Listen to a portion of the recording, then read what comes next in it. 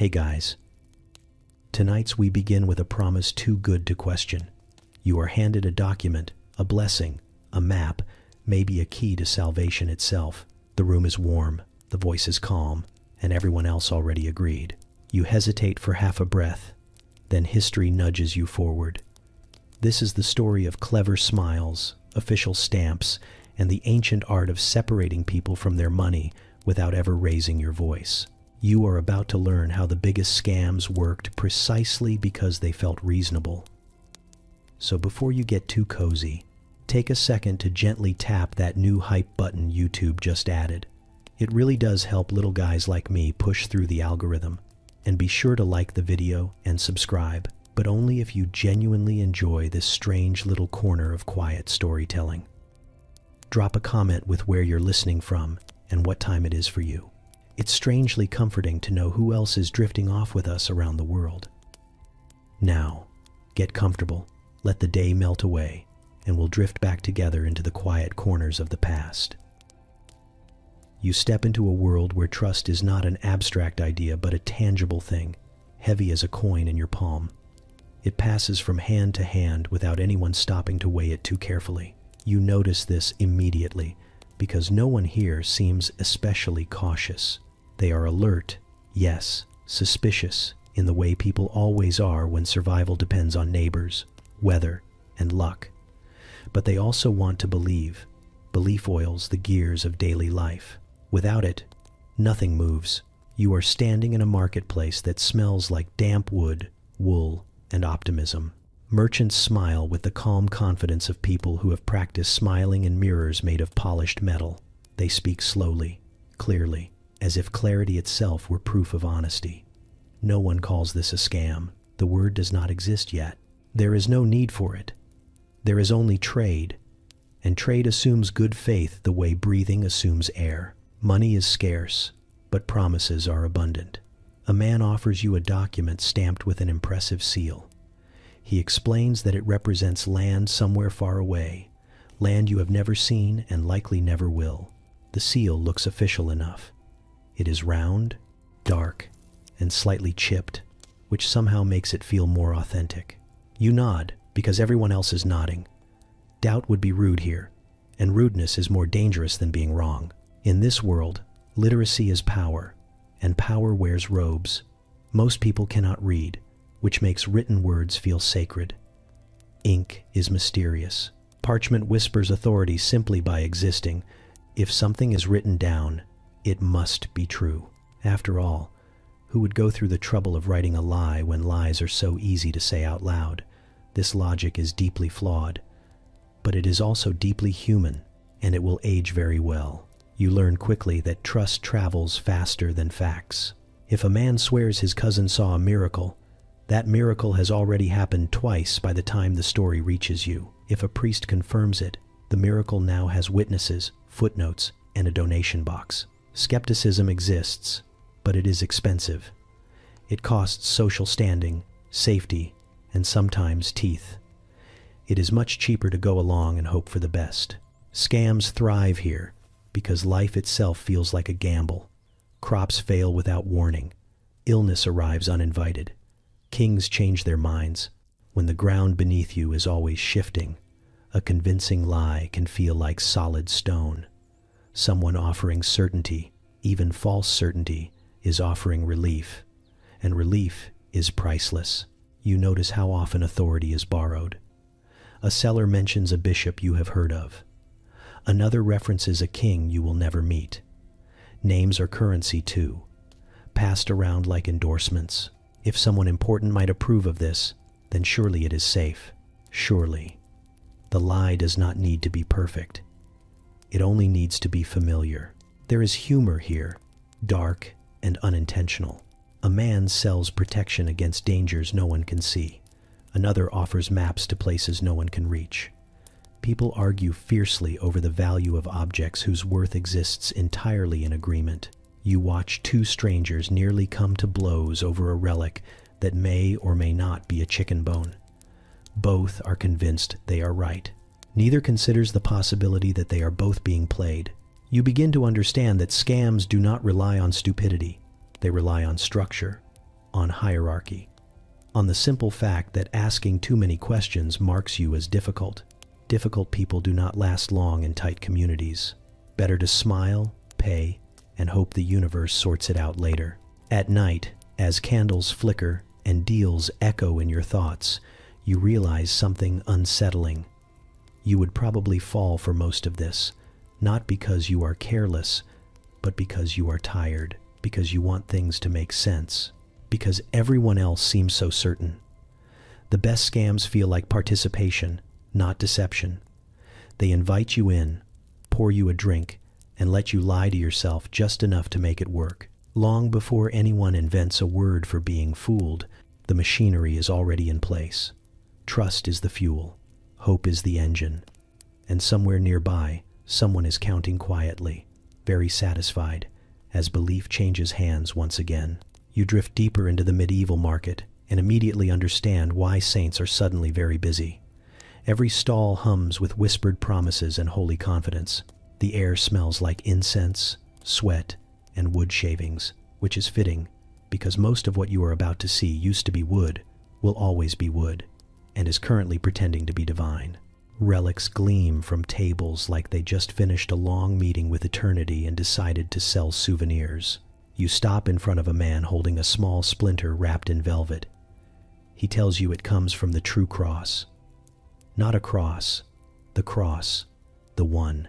He says it gently, like saying it too loudly might cause lightning or competition. You glance around and notice 5 other stalls within shouting distance, selling identical splinters, all from the same cross, all allegedly authenticated, all priced slightly differently depending on how desperate you look. If all these pieces were real, the cross would have been the size of a modest forest.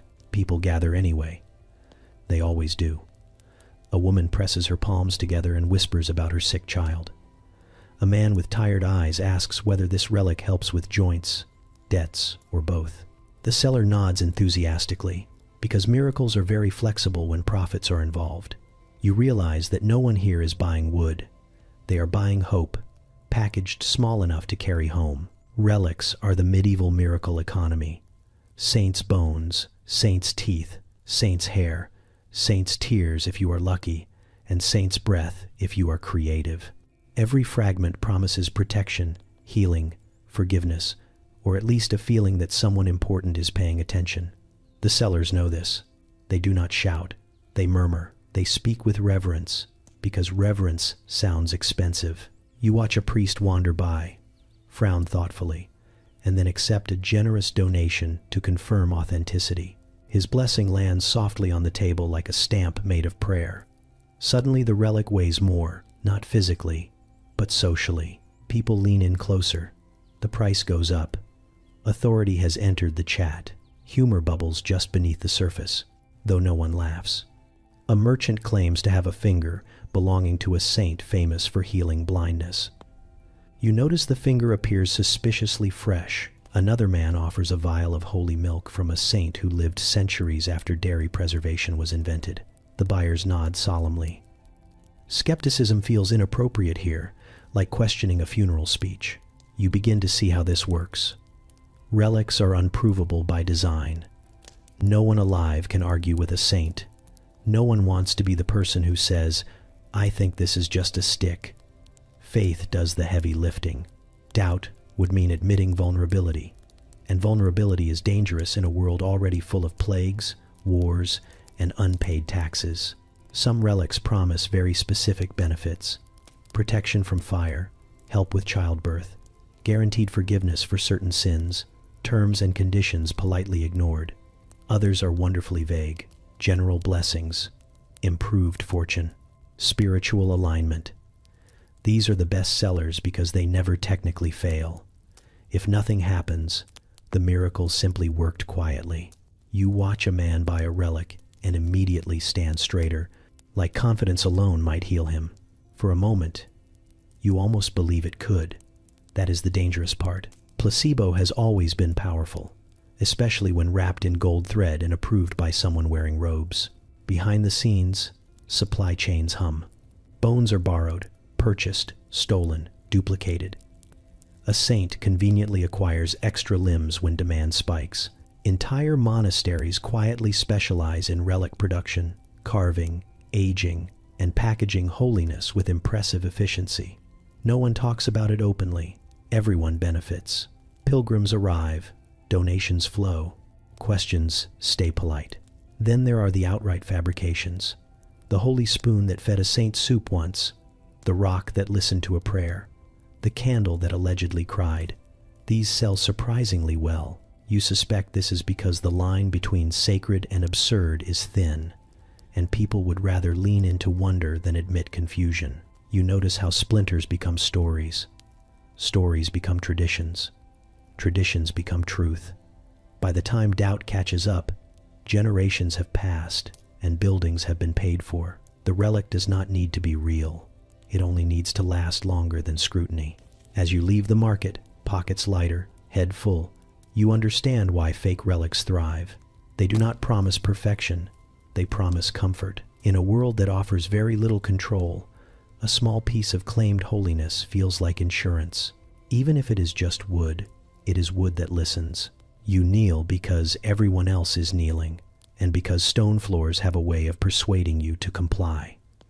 The chapel is dim, cool, and heavy with the smell of wax and old promises. Somewhere above you, light filters through stained glass, turning dust into something that feels intentional. This is a place where eternity is discussed casually, like weather, and today eternity is apparently having a sale.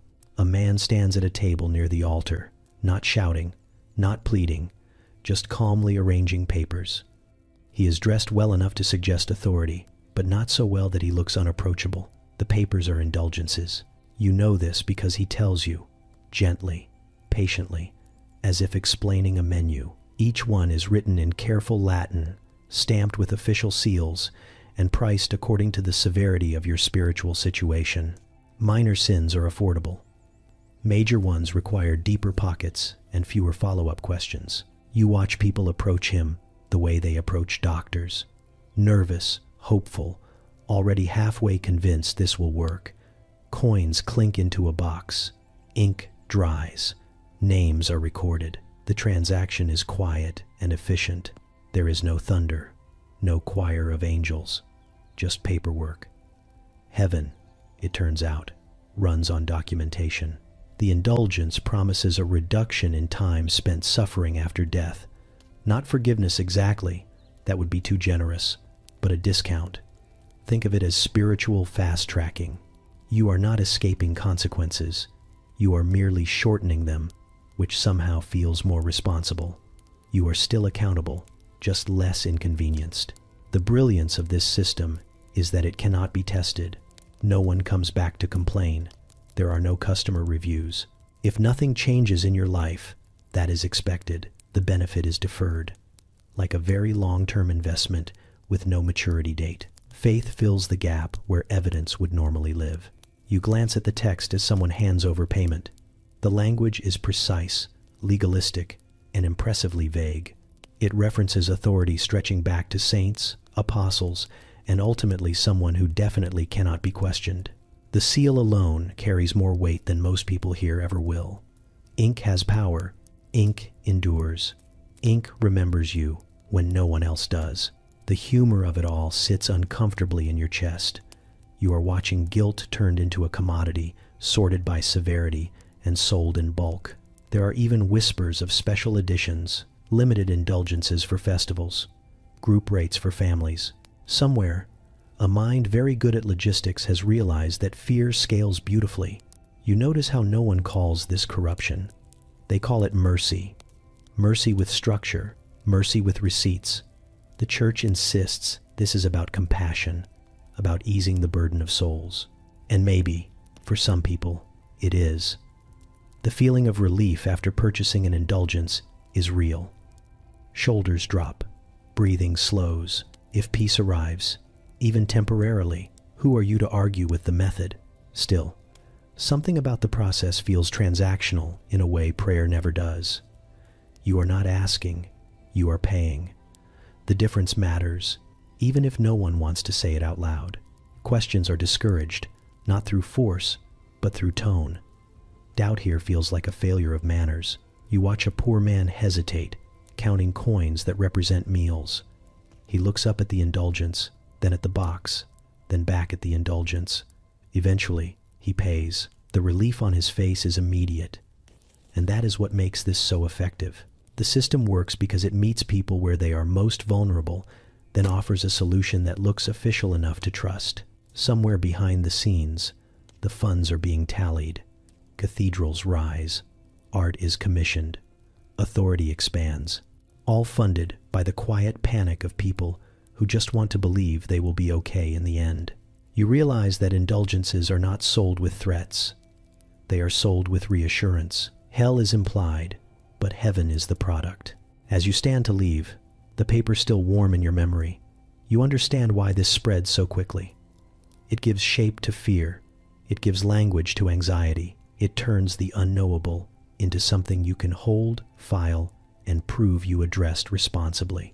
For a moment, kneeling there, it almost feels comforting, and that is the most dangerous part. You follow the document because it looks official, and in this world that is almost the same thing as being true, the parchment is thick, the ink is dark, and the wax seal hangs heavy at the bottom like it knows its job. The seal is the real star here, red wax, pressed with a symbol you recognize just enough to trust. A lion, a crown, something sharp and important. No one questions seals. Seals do not lie. People do. The decree claims the king has spoken, not in person, of course. Kings rarely inconvenience themselves that way. He has spoken through ink, which somehow makes it feel more permanent. The words announce a new tax, a new border, a new right granted to someone you have never met. The tone is firm but reassuring, like a father explaining why this hurts him too. You nod as it is read aloud, because the man reading it is wearing the right clothes and standing in the right place. You notice how confidence fills in the gaps. No one saw the king sign this. No one watched the wax melt or felt the ring press down. But the man holding it speaks without hesitation, and hesitation is contagious in the wrong way. Certainty, on the other hand, spreads beautifully. You tell yourself that if it were false, someone important would object. Someone always knows better. That someone is never you. Forged decrees work, because authority is a performance. The paper plays its part. The seal plays its part. The messenger clears his throat and plays his part. Even the crowd participates, murmuring approval or frustration on cue. By the time doubt arrives, the play has already closed and the props have moved on to the next town. You watch as land changes hands because of a paragraph. A family is displaced because of a sentence that curls politely at the edges. A merchant gains new privileges because the ink says so. The decree does not shout. It does not argue. It simply exists. And existence here is persuasive. People have learned that fighting paper is exhausting and usually pointless. There is humor in how little effort some forgeries require. A slightly altered seal, a borrowed phrase from a real decree written years ago, a flourish added to a signature no one remembers clearly anyway. Most people cannot read, and those who can are often too busy enjoying their advantage to question it. Literacy does not prevent deception. It just gives it nicer handwriting. You begin to see patterns. The forgeries always arrive during moments of confusion. After a king dies, during a war, when borders feel flexible and everyone is tired, chaos creates demand for clarity. And clarity can be manufactured quickly if you own a pen and believe in yourself deeply enough. You follow one decree across several villages and watch it grow stronger with each retelling. By the third stop, people are referencing it from memory, arguing about its implications, enforcing it with enthusiasm. The original paper is barely needed anymore. The idea has taken root. Authority no longer requires proof. It requires momentum. The people benefiting from the decree insist it is legitimate. They point to the seal. They point to the wording. They point to the inconvenience it causes. Because surely no one would invent something so annoying. This logic is surprisingly effective. Suffering feels official. If it hurts this much, it must be real. Eventually, someone whispers that the king never issued this order. The whisper is careful, almost apologetic. It dies quickly. No one wants to unwind what has already been accepted. Undoing authority creates more problems than it solves. It is easier to adjust reality than challenge paper. You realize then that forged decrees are not just about power, they are about speed. Real authority moves slowly. It consults, deliberates, hesitates. Fake authority skips those steps and arrives fully formed, asking only that you keep up. By the time the truth catches up, the forgery has already reshaped the landscape. As the wax cracks and the paper yellows, the effects remain. Land redistributed, taxes collected, lives redirected by a confidence trick that wore a crown on paper. You understand why this works so well. People want order. They want someone else to decide. And if that decision arrives with a seal and steady hands, most will accept it gratefully. You walk away knowing something unsettling. Authority does not need to be real to be effective. You step into a room that smells like smoke, vinegar, and confidence. The alchemist greets you with stained fingers and a smile practiced on mirrors and creditors alike. Shelves sag under the weight of jars filled with powders, liquids, and things that might once have been animals. A furnace glows softly in the corner, because nothing says credibility like controlled fire. You are told to stand back, which of course makes you lean in. He speaks of transformation the way priests speak of salvation. Calm, inevitable, just slightly delayed. Lead into gold, sickness into health, poverty into abundance. All it takes is patience, faith, and a modest financial contribution to cover materials, research, and the mysterious costs of destiny. You nod, because he sounds like someone who has already succeeded and is merely being generous by sharing. The demonstration begins. A dull chunk of metal is placed into a crucible. Powders are added with theatrical precision. He murmurs words that sound ancient enough to be impressive but vague enough to avoid translation. The fire flares. Time passes. Sweat appears. Finally, with a flourish, he produces something yellow and shining. Gold. Actual gold. You feel your pulse quicken, which is exactly the point. He hands it to you. It is warm, heavy enough, convincing in the way stage magic always is when you want it to be real. He explains that the process is delicate, that stability requires additional refinement, that the gold will need care for the first few days. You hear what you want to hear. You imagine debts dissolving, futures rerouted, history quietly adjusting in your favor. Money changes hands. Promises are made. The alchemist smiles with relief disguised as pride. You leave clutching a fortune that feels lighter with every step. By the time you reach home, the gold has dulled slightly. By morning, it flakes. By evening, it is unmistakably something else entirely, something cheap and ordinary and deeply uninterested in your dreams. This is how alchemy works in practice, not as a science, but as theater. The trick is not turning lead into gold. The trick is turning hope into payment before the illusion collapses. Alchemists thrive because they speak to a universal weakness. Everyone wants a shortcut.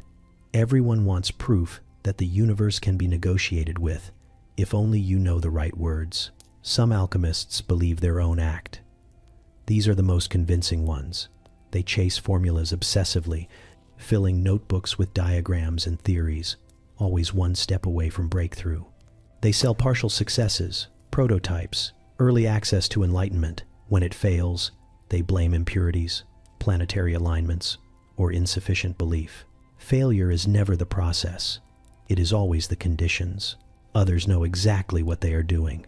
They use clever alloys, surface treatments, sleight of hand learned from traveling performers. They move frequently. A town that has seen your gold crumble is no longer profitable. The road is long, and hope resets quickly when faces change. You notice how authorities tolerate this. Sometimes they even sponsor it.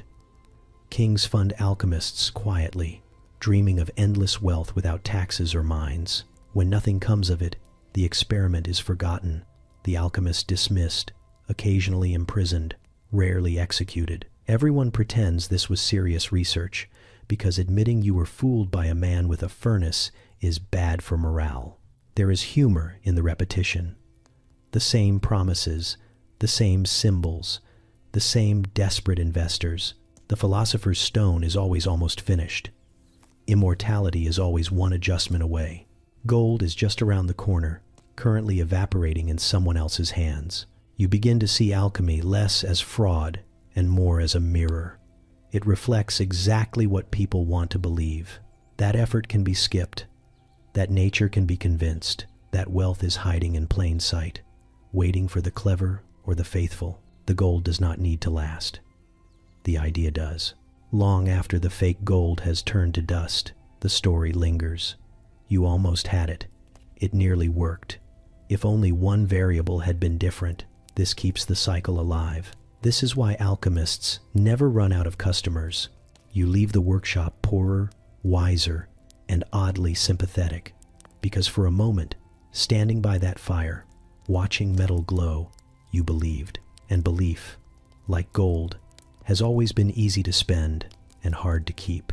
You stand in a hall that echoes slightly too much, which is how you know it was rented for the occasion.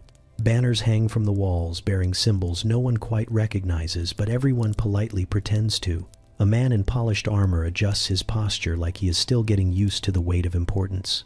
The armor is new, painfully new, shining with the enthusiasm of something that has never seen battle or rain. This is not a knight. This is a purchase. Someone clears their throat and begins reading names. Long names. Names that coil and stretch, packed with titles that sound ancient and impressive. Baron of somewhere, defender of something, lord of a place that definitely exists. If you do not ask questions, each title lands with a satisfying thud, like a stamp hitting parchment.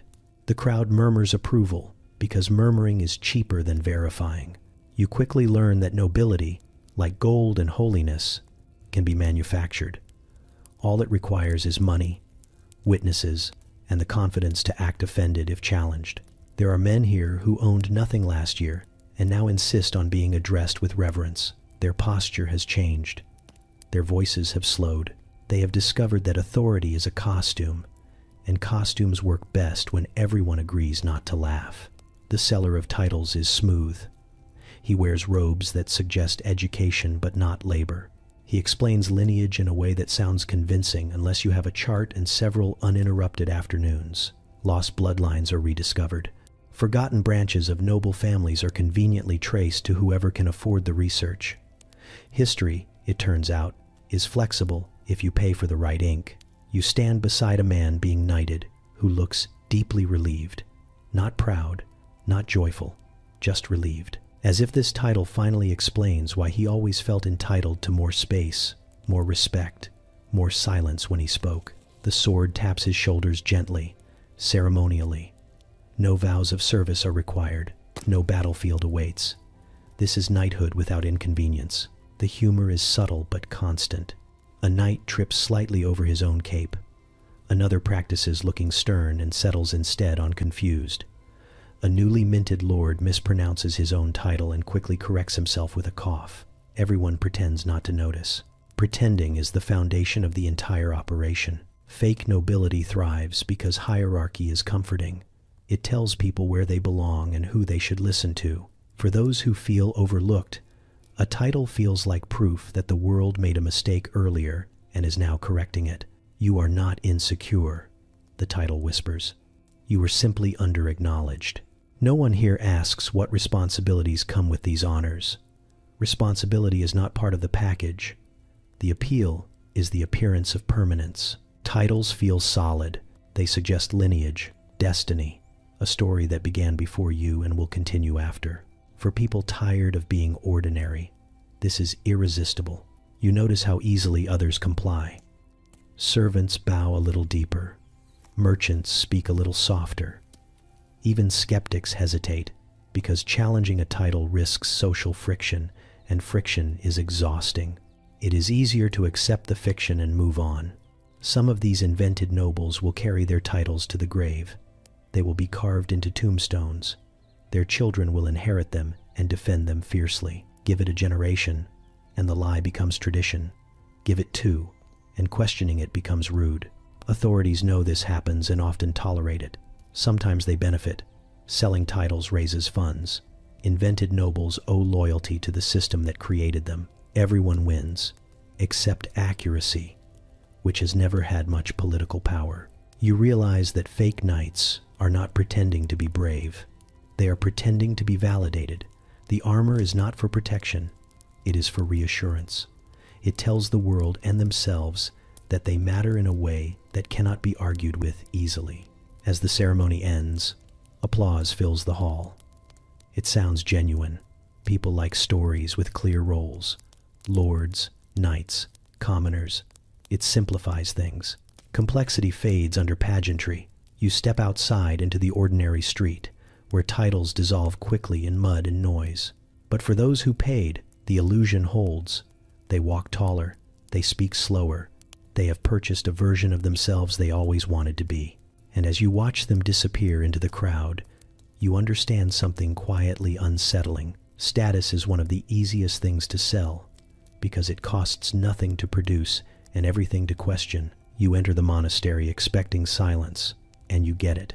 The thick, padded kind that feels intentional. Stone walls keep out the world and also keep in secrets very well.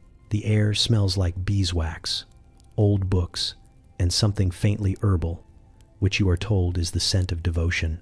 Monks glide past in robes worn thin at the elbows, faces calm in the way of people who know something you do not, or at least know how to look like they do. You are here to see the holy objects, not one or two, many, shelves upon shelves of them, cabinets, chests, drawers that require 2 keys and a prayer to open. The monk guiding you smiles gently and assures you that everything here is authentic. He says this with such practiced ease that you briefly wonder if authenticity has a quota. He begins with bones. Saints' bones, carefully labeled, wrapped, and displayed like precious spices. A finger here, a rib there. Several skull fragments arranged with impressive symmetry. You do some quick math and realize that if all of these bones belonged to one saint, that saint would have been built like a centipede. You keep this thought to yourself. Silence is encouraged. Next come the objects. A cup a saint once touched, a staff a saint leaned on, a cloth a saint may have glanced at during a particularly spiritual afternoon. Each item has a story attached, and the stories overlap just enough to make questioning them socially inconvenient. The monk explains that miracles tend to happen where faith gathers, and faith gathers where miracles are displayed. This feels circular, but also very tidy. You notice how carefully the objects are arranged. Light hits them just right. Gold accents catch the eye. Glass cases prevent touching, which helps maintain both reverence and resale value. Pilgrims shuffle through with wide eyes and open purses. Donations are suggested, never required, but the suggestion hangs in the air like incense. Holy objects multiply here the way bread does in Scripture, quietly, impressively, and without much explanation. New relics appear after renovations, after donations, after particularly lean years. No one announces their arrival. They simply exist one day, accompanied by a story that has always apparently been there if you had only asked the right person. You learn that monasteries compete, politely. A more impressive relic attracts more pilgrims. More pilgrims bring more money. More money funds more acquisitions. It is a self-sustaining cycle wrapped in prayer. No one calls it commerce. That would feel rude. Some monks genuinely believe. You can tell by the way they speak about the objects, softly, reverently, like they are introducing old friends. Others believe in the system. They speak of logistics, preservation, and outreach. Both types work very well together. Faith handles the front. Administration handles the back. There is humor here too, if you squint. 2 monasteries claim the same saint's staff. Both cannot be right, but both are thriving. Pilgrims visit both because hedging your bets feels responsible when eternity is involved. You overhear a monk explaining that saints often owned multiple items, which is technically true if you define item loosely enough. You are shown a room rarely open to the public. This is where duplicates are kept. Not officially duplicates, of course. Variants, alternative fragments, supporting pieces. The monk clears his throat and explains that relics are not diminished by division. Holiness, he says, multiplies. You nod, because he sounds very sure, and because arguing theology with a man holding keys rarely ends well. Some objects are clearly older than their stories. Others are clearly newer. A few look suspiciously like they were made last winter by someone with woodworking skills and ambition. But age is difficult to prove, and faith does not require carbon dating. You begin to understand that monasteries are not lying exactly. They are curating belief. They provide tangible anchors for invisible ideas.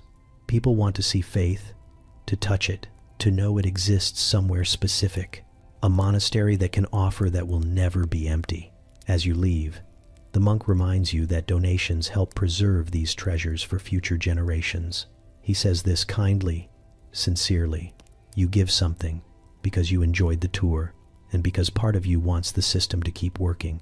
It is comforting, in a way, predictable, structured, holy. Outside, the world feels louder, messier. You think back to the shelves of relics multiplying quietly in stone halls. You realize the objects themselves matter less than what they represent.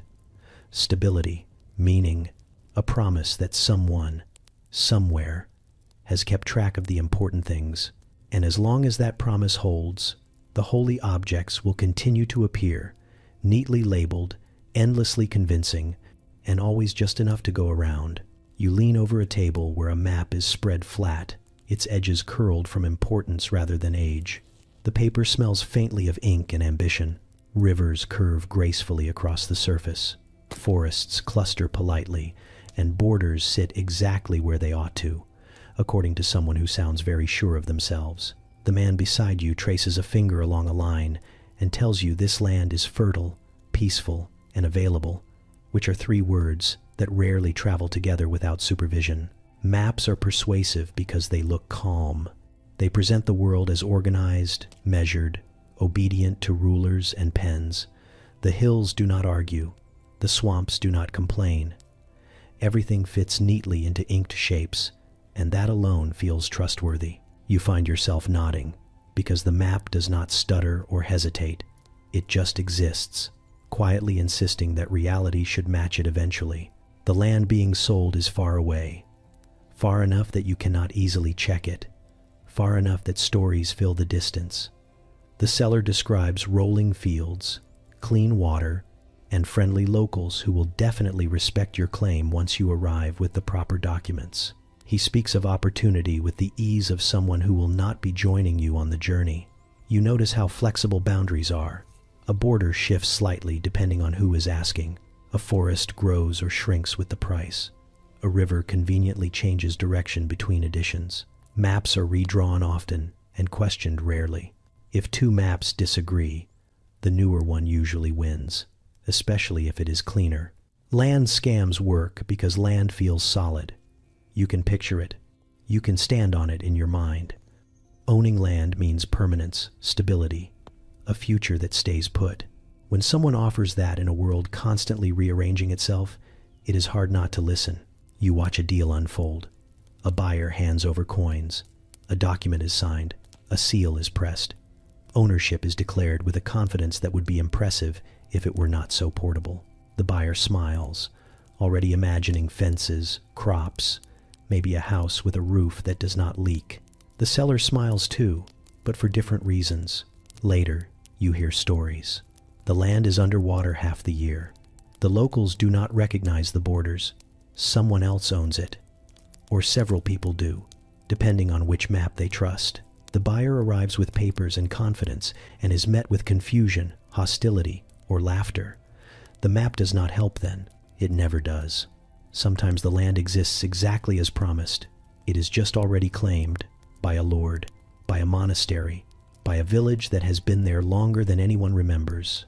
Paper ownership collides with lived reality, and lived reality tends to win, though not without bruises.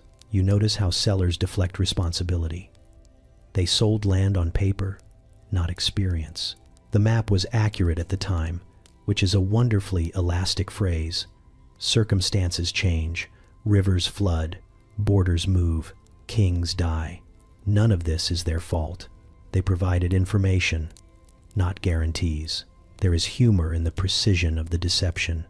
Measurements down to the foot, detailed legends, decorative flourishes. The more elaborate the map, the easier it is to forget that someone drew it with a hand that could just as easily shift a line. Maps feel objective, but they are opinions dressed as facts. You see how entire regions are sold this way. Colonies promised, estates invented, futures sketched confidently over terrain no one in the room has ever walked. The farther the land, the bolder the claims. Distance protects the lie, yet people keep buying. Because land is hope you can point to. Even when it is imaginary, it feels more responsible than dreaming. A map gives permission to believe that tomorrow has coordinates. As you fold the map carefully and hand it back, you understand that the scam is not the land, it is the certainty.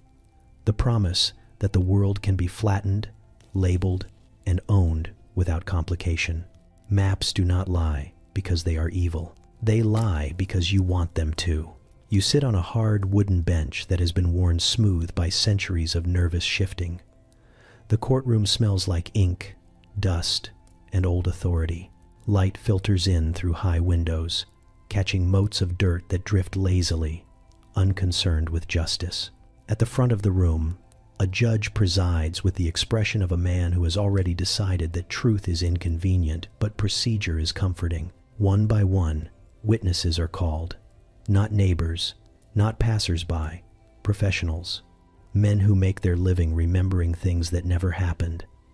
They step forward confidently, swear oaths with practiced rhythm, and begin to speak in voices tuned carefully between sincerity and boredom. You notice how smoothly the words come.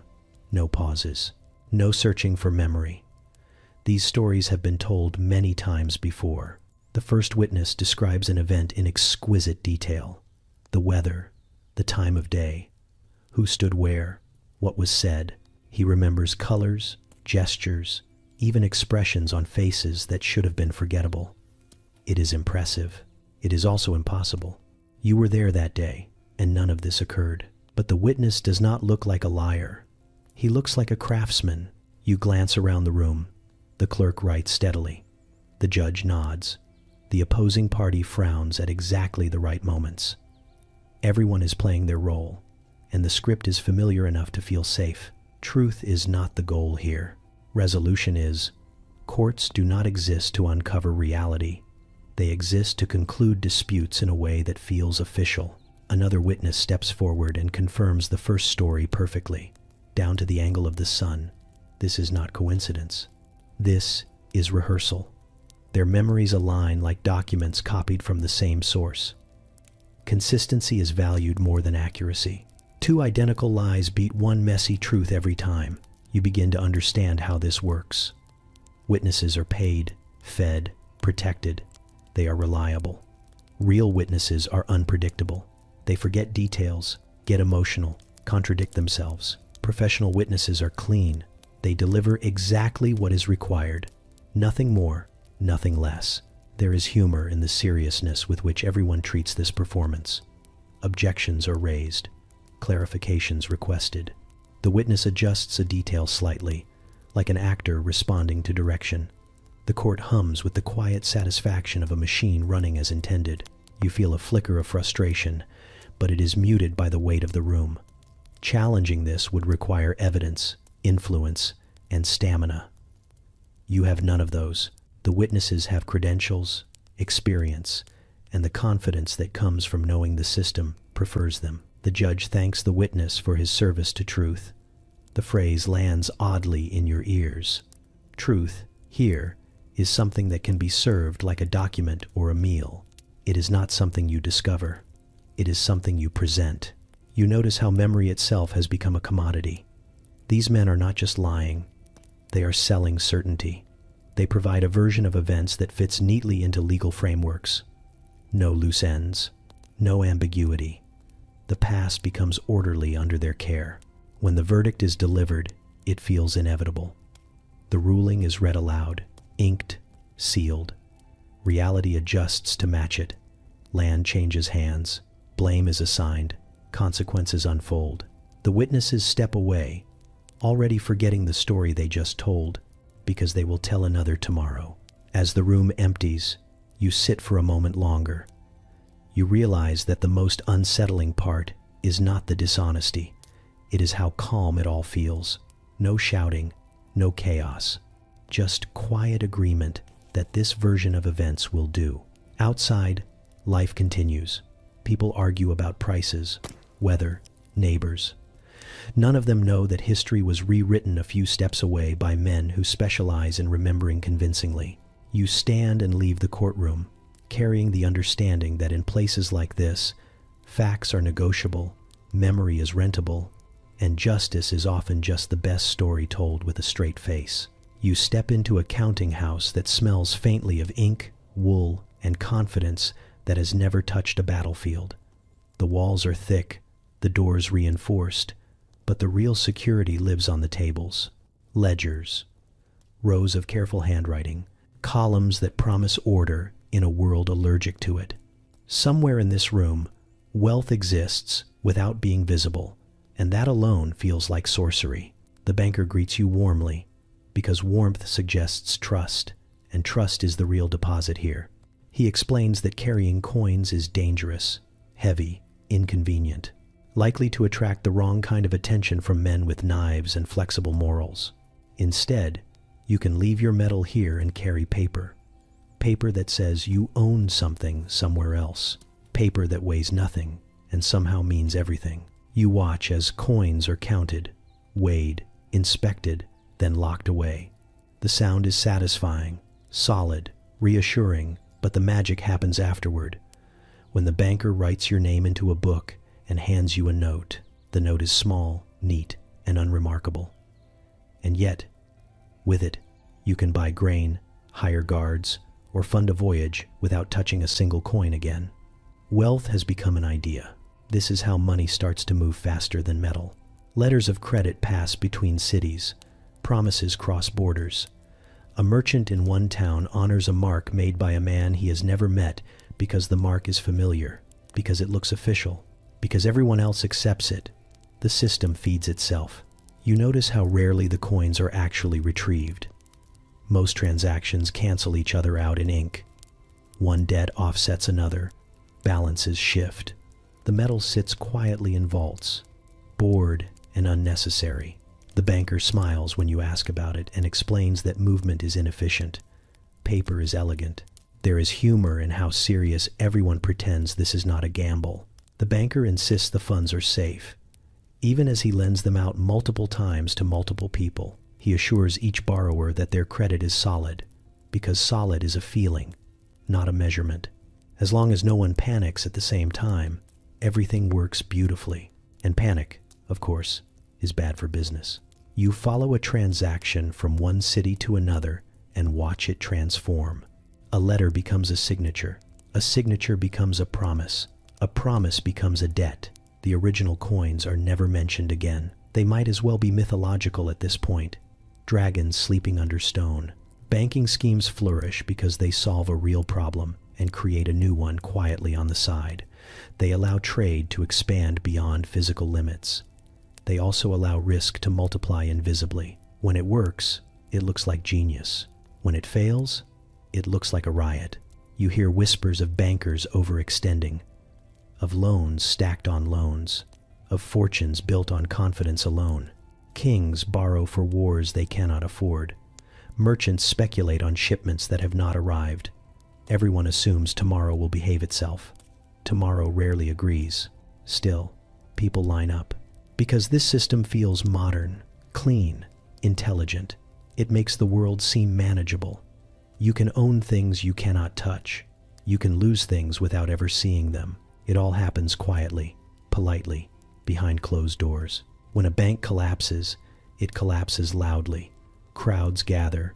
Shouting replaces ink. People demand their metal back and are shocked to learn it has been elsewhere for some time.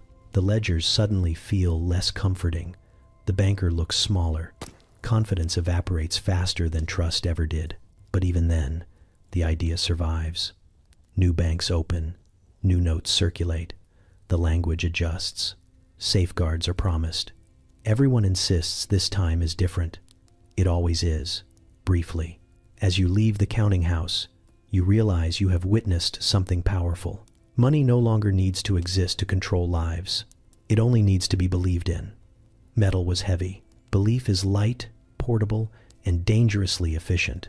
You step back into the street carrying nothing but paper and the understanding that from now on, fortunes will rise and fall without ever making a sound. You find yourself in a square where desperation gathers like pigeons.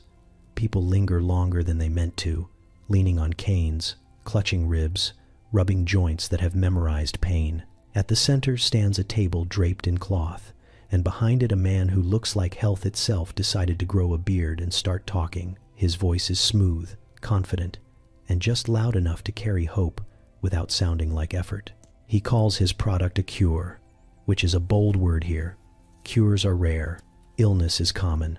That imbalance alone gives him an advantage.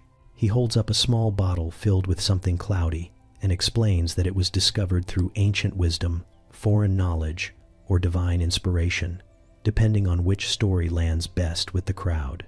The details shift slightly with each telling, but the conclusion is always the same. This works. You watch people lean in. A woman asks if it helps with breathing. Yes. A man asks about fevers. Absolutely. Someone else mutters about curses.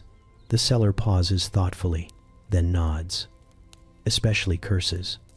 The bottle does not discriminate. It is generous like that. The humor arrives quietly. He claims the potion tastes unpleasant because effective things always do. This prepares the buyer for disappointment in advance and reframes suffering as progress. If it burns, it is working. If it does nothing, it is working invisibly. If it makes things worse, that is the illness fighting back. The cure never loses. It simply adapts. You notice how the seller never promises speed. Healing takes time. Patience is required. Another bottle might help accelerate the process, but only if taken correctly, and correctly reminds you suspiciously of purchasing more. The instructions are vague enough to avoid blame and precise enough to sound scientific. Coins change hands. Bottles disappear into pockets. The seller's posture relaxes slightly with each sale. His poverty is visibly retreating. The crowd thins as people leave, clutching hope in glass. Later, you see them again. The woman still wheezes. The man still limps. Someone insists they feel a little better, though it might just be the relief of having tried something. Placebo works best when no one calls it that. Miracle cures thrive because illness is exhausting. It wears people down until even improbable solutions sound reasonable. Doctors are expensive.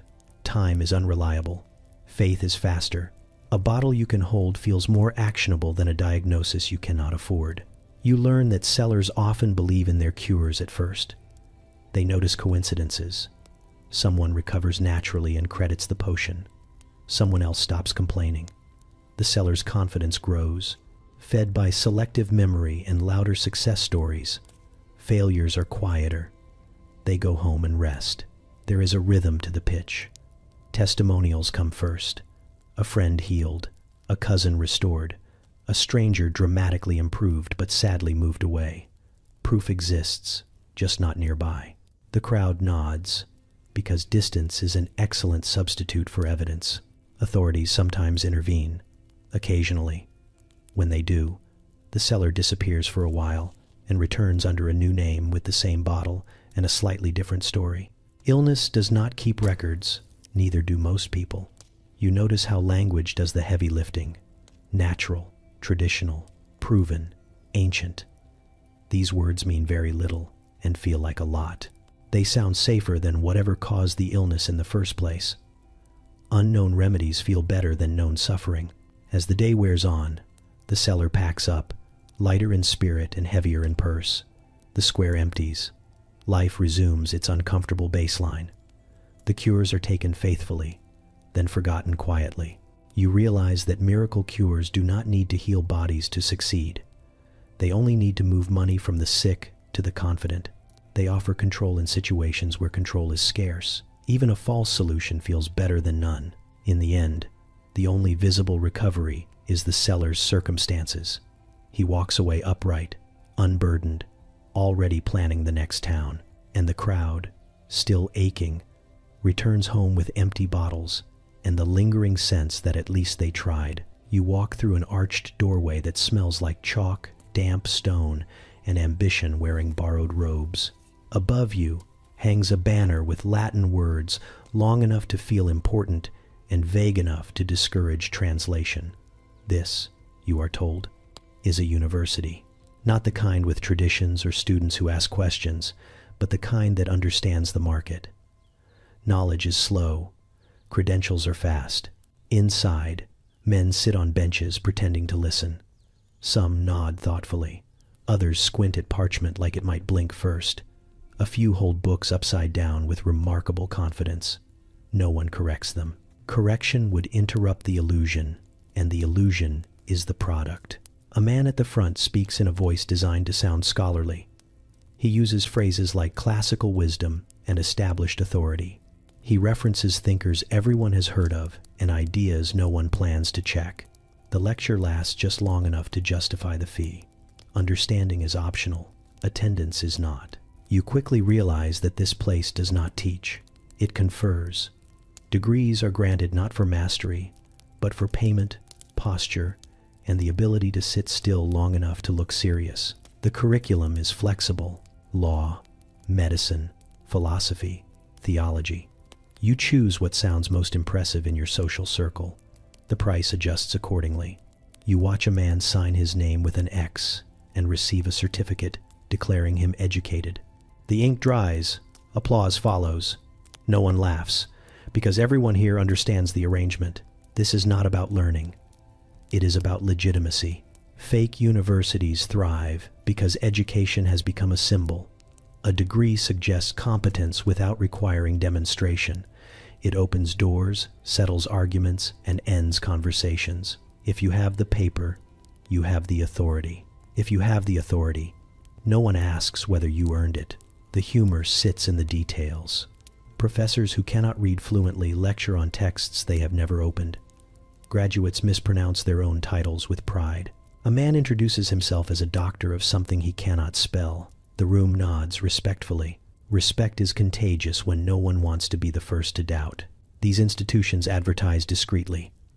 Word spreads among merchants, officials, and anyone who needs credibility quickly. A promotion looms. A court case approaches. A rival has letters after his name. This is the solution. Affordable, efficient, immediate.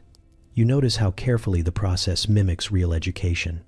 There are ceremonies, caps, Latin phrases repeated like spells.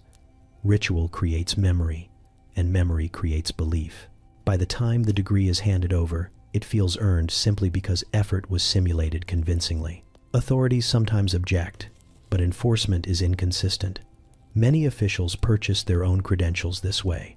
Challenging the system risks unraveling personal histories. It is easier to ignore the problem than investigate the paperwork holding up half the bureaucracy. You follow a graduate into the world beyond the doorway. He walks taller, speaks slower, corrects others with confidence he did not possess yesterday. The degree works immediately. People listen. Doors open. Responsibility is assigned to someone deeply unprepared. There are consequences, of course. Incompetent doctors, confident advisors, officials who quote laws they misunderstand. But failure is often blamed on circumstance, not credentials. The degree remains intact. Paper outlives outcomes. You begin to see how this spreads. Once one person benefits, others follow. No one wants to be left behind by a system that rewards appearance over ability. Education becomes theater. Knowledge becomes optional. Inside the university, another ceremony begins. New students arrive, eager, nervous, illiterate. The banner hangs patiently. The man at the front clears his throat and starts again. The machine hums along, converting money into authority with impressive efficiency. As you step back into the street, you understand why this scam endures. Learning is hard, pretending is easy, and in a world that values certainty over truth, a degree that looks right is often enough. You glance once more at the doorway, at the banner, at the quiet transaction of ignorance into influence. And you realize that the most dangerous part is not that these men cannot read. It is that no one plans to ask them to. You set out on a pilgrimage believing the road itself has meaning, that every step is deliberate, ancient, sanctified by millions of feet before yours. The path feels official because it is marked, stones carved with symbols, signs nailed to posts, a map blessed by someone with authority. You trust it because everyone else does, and because questioning a holy road feels like questioning gravity. The first thing you notice is how convenient the route is. It passes through towns with inns just far enough apart to justify staying the night. It bends slightly toward markets that seem unusually well stocked for places this remote. Shrines appear at predictable intervals, each one requesting a small donation, nothing excessive, just enough to feel polite. The road does not rush you, it guides you gently, like a hand on your back, steering you toward opportunity. You walk beside others who believe they are following something ancient and immutable. No one mentions that the path has shifted, that last year it went another way, that 2 decades ago it avoided this valley entirely. Pilgrimage routes, you learn, are living things. They adapt, quietly. A monk explains that the road was adjusted for safety. Bandits, weather, unstable terrain, all very reasonable. He does not mention the new toll bridge owned by a local lord who donated generously to the monastery. He does not point out that the old path bypassed 3 towns now thriving on pilgrim traffic. The road, like scripture, benefits from interpretation. You notice how stories attach themselves to locations along the way. This rock marks where a saint rested. That spring healed someone important once. The stories feel slightly rushed, like they were workshopped quickly, but they are repeated with confidence. Confidence does the heavy lifting. Pilgrims stop. They listen. They pay. There is humor in how earnestly everyone pretends this was always the way. An innkeeper swears his family has hosted pilgrims for generations, even though the building smells suspiciously new. A vendor claims his relics were blessed specifically because the road now passes his door. Timing, it seems, is also divine. The redesigned route funnels people efficiently. You are rarely alone. Crowds form where crowds are profitable. Bottlenecks appear near donation boxes. Narrow paths lead you past stalls selling food, charms, certificates of completion. Proof you were here. Proof you did the work. Proof is important when belief is intangible. You begin to realize that the pilgrimage is less about destination and more about consumption. Every stop asks something of you. A coin, a prayer, a purchase. Individually, it feels harmless. Collectively, it adds up. The road is not bleeding you dry. It is sipping steadily. No one forces you. That would break the spell. Instead, the route makes generosity feel like part of the ritual. Refusing feels awkward, almost disrespectful. Everyone else is giving. Everyone else is buying. Surely they know something you do not. You hear rumors of the old path. Quieter, harder, fewer amenities. Fewer miracles too, apparently. The stories insist that holiness flows where people go, not the other way around. This is very convenient for whoever controls where people go. Pilgrimage routes thrive on repetition. Once enough feet follow a path, it becomes tradition. Once it becomes tradition, it becomes untouchable. Questioning it feels like sacrilege. The road does not need to be ancient. It only needs to feel inevitable. You reach a checkpoint where a certificate is offered. Proof of devotion, proof of distance traveled. The paper is stamped with an impressive seal. You watch people clutch it with pride. The journey is now official, validated, complete. Later, you learn that the certificate is accepted at inns and churches along the way. Discounts, privileges, respect. The paper matters more than the blisters. The system is efficient. Walk, pay, receive proof, repeat. As you near the end of the pilgrimage, you feel accomplished and oddly lighter, mostly in the purse. You have prayed. You have walked. You have participated fully, and yet, part of you wonders whether the road led you closer to enlightenment or simply past a well-organized series of opportunities. The final shrine is crowded. Donations pour in. The monks smile, tired smiles of professionals who have seen this many times today. You kneel, because everyone else is kneeling, and because after this long, standing out feels unnecessary. When you finally turn back, you look over your shoulder at the road winding away. It looks ancient. It looks holy. It looks exactly like a path designed by people who understood that belief travels best when it stops often and spends freely. And you understand then that the greatest trick was never changing the destination. It was moving the road. You step into a dockside office that smells like salt, ink, and optimism that has learned to wear a straight face. Outside, ships creak gently in their berths, very much afloat, very much alive. Inside, those same ships are already dead on paper, sunk heroically by storms that never happened and waves that never rose higher than a bored seagull. A man with tidy handwriting explains insurance to you as if it is a public service. The sea is dangerous, he says. God is unpredictable. Wood rots, sails tear. Anything can happen out there. He pauses just long enough for the idea to settle, then adds that this is why one must be prepared. Prepared looks a lot like a contract. You watch merchants insure cargo they plan to deliver safely. You also watch others insure cargo they quietly hope will fail in a very specific way. The policy is clear enough to sound fair and vague enough to invite creativity. Losses will be compensated. Circumstances will be evaluated. Witnesses will be consulted, preferably ones who owe favors. The scam does not feel like a scam at first. It feels like prudence, a safety net, a way to sleep at night. And that is exactly how it grows. Ships sail, some return, some do not, and some return twice, once in reality and once as a tragedy documented in ink. You learn how it works by listening to what is not said. A merchant insures a vessel for more than it is worth. He loads it with cargo listed generously and measured loosely.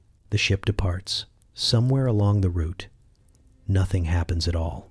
The ship docks quietly in another port under a different name. The cargo is sold. Meanwhile, back home, a storm is described with impressive detail. Affidavits appear. A sailor swears the mast snapped like a toothpick. Another confirms the waves were monstrous. A third remembers praying very hard. No one mentions the calm weather reported by every other vessel that day. Memory, you realize, is flexible when money is involved. The insurer frowns gravely and pays out, because this is the cost of doing business. Losses are expected. Faith in the system must be maintained. Questioning every claim would slow trade and invite uncomfortable questions about previous payments. Better to accept a few imaginary shipwrecks than unravel the entire operation. There is humor in how dramatic the paperwork becomes. Ink describes oceans furious with intent. Storms develop personalities. Ships do not simply sink. They fight bravely and lose. The sea is always at fault. It cannot defend itself. You watch clerks copy reports without reading them closely. Volume matters more than accuracy. The faster claims are processed, the more legitimate the system feels. Speed creates confidence. Confidence creates more clients. Some schemes are even simpler. A ship never leaves port at all. It is insured, reported lost, and quietly dismantled for parts. The wood becomes furniture. The sails become curtains. The anchor finds new work holding something else in place. The ship lives on, just not as itself. Others push the idea further. Entire fleets are insured, shuffled, renamed, and reborn. Paper ships sink constantly. Real ships keep sailing. The ledgers fill with tragedy, while the docks remain crowded. Insurance scams thrive because they are polite. No one is robbed at knife point. No violence is required. Everything happens with signatures and seals. Even the victims are not quite victims. Insurers build losses into their calculations. Premiums rise. Everyone pays a little more. The cost dissolves into the background like a tax no one voted on. You begin to see why this spreads so easily. It requires trust, but not much of it, just enough to keep things moving. The rest is covered by tradition and the shared understanding that the sea is dangerous and paperwork is convincing. Occasionally, someone is caught. A witness contradicts himself. A ship is spotted alive after its official demise. There is outrage, a trial, a punishment severe enough to reassure the public and light enough to avoid scaring investors. The system survives, slightly embarrassed and otherwise unchanged. As you leave the office, you look out at the harbor again. Masts sway, ropes creak, life continues. Somewhere, a clerk is describing a ship's final moments in loving detail, while that same ship unloads spices 2 ports away. You understand then that early insurance does not exist to prevent loss. It exists to make loss profitable, even when it never happens at all. You stand at the edge of a crowd gathered around a man who looks exhausted in a holy way. His hair is uncombed on purpose. His eyes have the practiced intensity of someone who has seen too much, or at least rehearsed it. He raises his hands, and the murmuring softens. Silence falls with the weight of expectation. He tells you disaster is coming. Not immediately, but soon enough to feel urgent. Floods, fire, famine, war. He is flexible on the specifics because catastrophe is a generous category. Something terrible is always nearby if you describe it broadly enough. The crowd leans in, because fear listens better than hope. You notice how carefully he balances terror and timing. The end is not tomorrow. That would be inconvenient. It is just far enough away to allow preparation. Preparation, as it turns out, looks a lot like contributions. Supplies cost money. Warnings require travel. Messages must be spread. None of this is free, and the universe, unfortunately, does not accept promises. He speaks of visions received at great personal cost. Sleepless nights, trembling hands, a burden placed upon him alone. The implication is clear. If you had seen what he saw, you would also be standing here asking strangers for coins with alarming intensity. People ask questions. Will their town be spared? Possibly. Can their family be protected? There are measures. Is there time? For now, the answers are never definitive. Certainty would end the conversation too quickly. The humor hides in the logistics. He warns of famine while standing beside a table of bread purchased with earlier donations. He predicts fire while wearing robes freshly laundered by someone else's labor. The apocalypse is always imminent, yet somehow organized enough to include a collection basket. You watch as coins drop. Some people give out of fear, others out of guilt. A few because everyone else is doing it and standing still feels dangerous. The prophet thanks them gravely, promising that generosity will be remembered when the reckoning arrives, by whom is left pleasantly vague. Disaster prophecy thrives because it offers meaning to chaos. Bad things happen constantly. Predicting them makes someone look wise when they eventually do.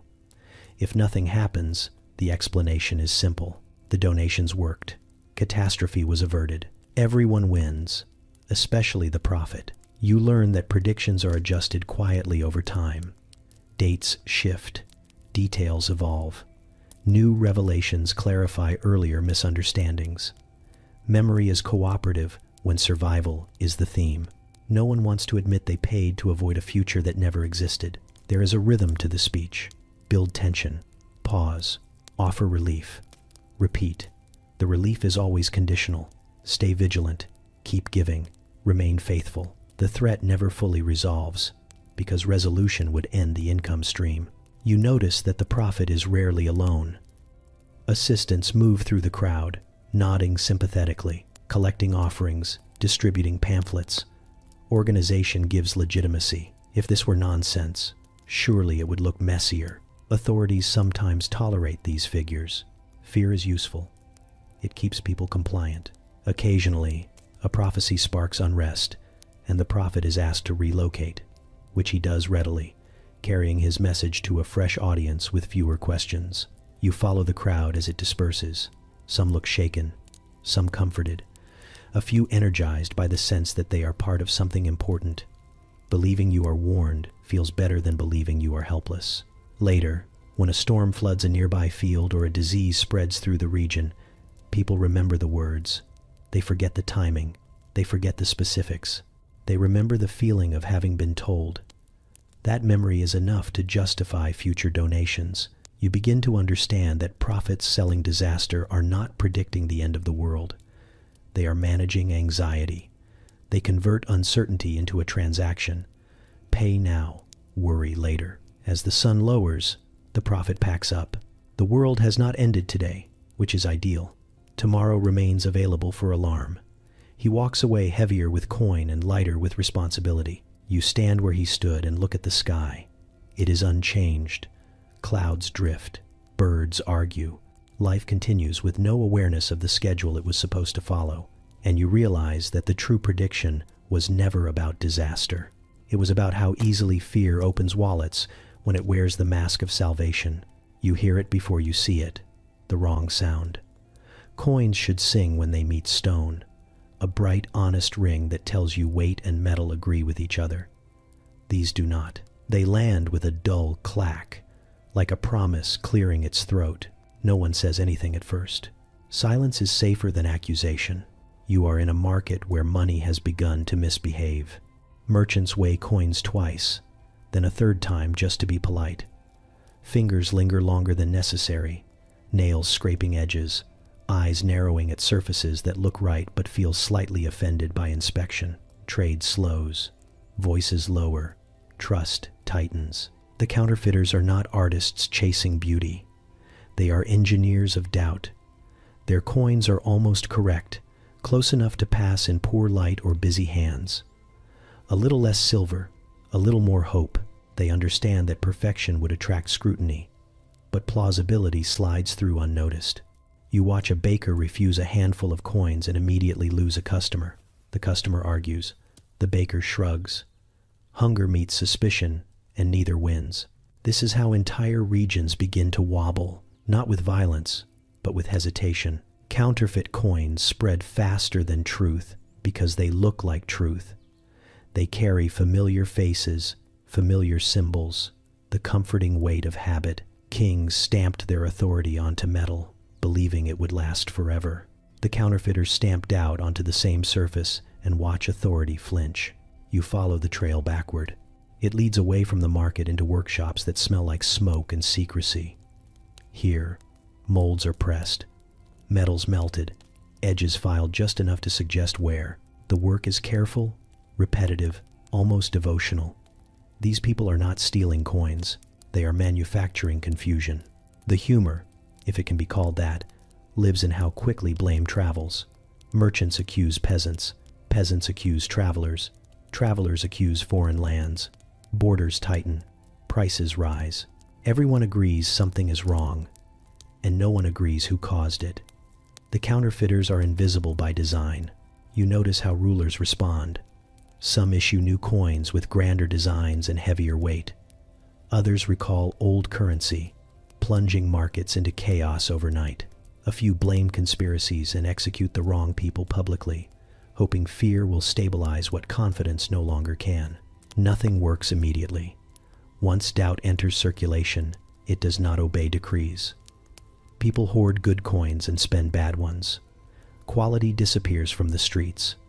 The worst money becomes the most common. Trade becomes an exercise in avoidance. You see soldiers paid in suspect coin. Their loyalty thins. You see taxes collected reluctantly, counted endlessly, still questioned. The state begins to feel lighter than it should, as if authority itself has been diluted. Counterfeiters thrive in this environment. They do not need everyone to believe. They only need enough people to hesitate. Every pause costs time. Every delay costs trust. Trust is expensive to rebuild and cheap to destroy. There are moments of absurdity. A merchant tests a coin by biting it, then admits he does not know what he is looking for. Another drops coins into water, watching bubbles like an amateur prophet reading the future. Methods multiply. Certainty does not. Eventually, the damage shows itself clearly. Trade routes reroute, towns decline, markets shrink, people revert to barter, hauling goods through streets that once hummed with exchange. Progress unravels quietly. When counterfeiters are caught, they are punished severely. Mutilation, execution, public spectacle meant to reassure everyone that order has returned. It never fully does. The memory of bad money lingers longer than the criminals who made it. You realize then that counterfeit coins are not just theft. They are sabotage. They attack the invisible agreement that lets strangers cooperate. They turn every transaction into a small trial. As you leave the market, you hear the clack again. Another coin, another question. You do not look back because you already know the answer. The metal is wrong. And now everything built on it has to prove itself again. You sit in a hall dressed for celebration, where banners hang heavy with borrowed symbols and family crests look just a little too freshly painted. Marriage here is not romance. It is infrastructure. It connects land to land, debt to forgiveness, armies to silence. And bloodlines, you are told, are everything. The bride enters wearing a genealogy as carefully arranged as her veil. Names are whispered like prayers. Great-grandparents allegedly fought in famous wars. An uncle supposedly dined with royalty. A distant cousin once stood near a king and survived. Which counts? No one asks for proof, because proof is impolite and enthusiasm fills the gaps nicely. You watch the groom nod solemnly, pretending he understands the lineage being recited. He does not. It is long. It is impressive. It is mostly fiction. But fiction delivered confidently has a way of becoming fact by the end of a feast. Marriage scams flourish because records are fragile and memory is flexible. Fires happen. Wars interrupt archives. Documents go missing. Into that absent step, professional ancestors. People who know how to invent a past, sturdy enough to hold a dowry.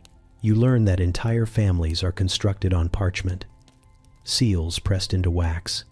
Signatures practiced until they look tired and old. A name added to a lineage can change everything. Suddenly land is justified. Titles make sense. Ambition gains permission. There is humor in how casually everyone participates. A herald announces noble connections with theatrical flair, rolling syllables like they might roll downhill and pick up legitimacy along the way. Guests murmur approval, not because they believe every word, but because believing keeps the wine flowing. The scammers are careful. They do not claim too much. No direct descent from emperors. That would invite questions. Instead, they settle for proximity. A cousin, a steward, someone who once mattered enough to justify influence now. Plausibility is the goal, not grandeur. You see the transaction beneath the ceremony. Land transfers, alliances formed, old disputes quietly buried under fresh vows. The bloodline is the key that unlocks it all. Whether it is real barely matters once the papers are signed. Some marriages are arranged entirely around these inventions. A family with money but no name purchases a past. A family with a name but no money accepts it gratefully. Everyone gets what they want. Truth is the only guest not invited. Occasionally, the lie surfaces. A rival produces a contradictory document. A monk remembers differently. A disgruntled relative speaks up after too much wine. Panic ripples briefly, then settles. By this point, the alliance is useful. Exposing it would hurt too many people. Silence becomes tradition. You notice how quickly false bloodlines harden. Children are born into them. They grow up hearing the stories. They repeat them without knowing they were once invented for a fee. After a generation, the lie feels inherited. After two, it is untouchable. There is a moment during the feast when you realize no one here truly wants the truth. Truth complicates contracts. Truth raises questions. The story works better. It keeps estates intact and arguments theoretical. The scammers themselves rarely stay. They move on to the next town, the next family eager to climb. Their work persists behind them, embedded in family trees like a graft that took. You imagine future historians squinting at records, confused but resigned. Marriage scams endure because lineage is abstract. You cannot weigh it. You cannot test it. You can only agree on it collectively, and once agreed upon, it becomes powerful enough to start wars or prevent them. As the night deepens, the music grows louder and the laughter easier. The newly allied families toast to shared heritage, newly discovered and conveniently aligned. Glasses clink, smiles hold. You step outside into cooler air and look back at the hall glowing with celebration. Inside, Futures are being negotiated on foundations no one plans to inspect again. The couple dances, unaware or unconcerned. Their children will inherit the story. Their grandchildren will defend it fiercely, and the bloodline, false or not, will continue doing exactly what it was designed to do. You arrive in a town that smells faintly of incense and anticipation.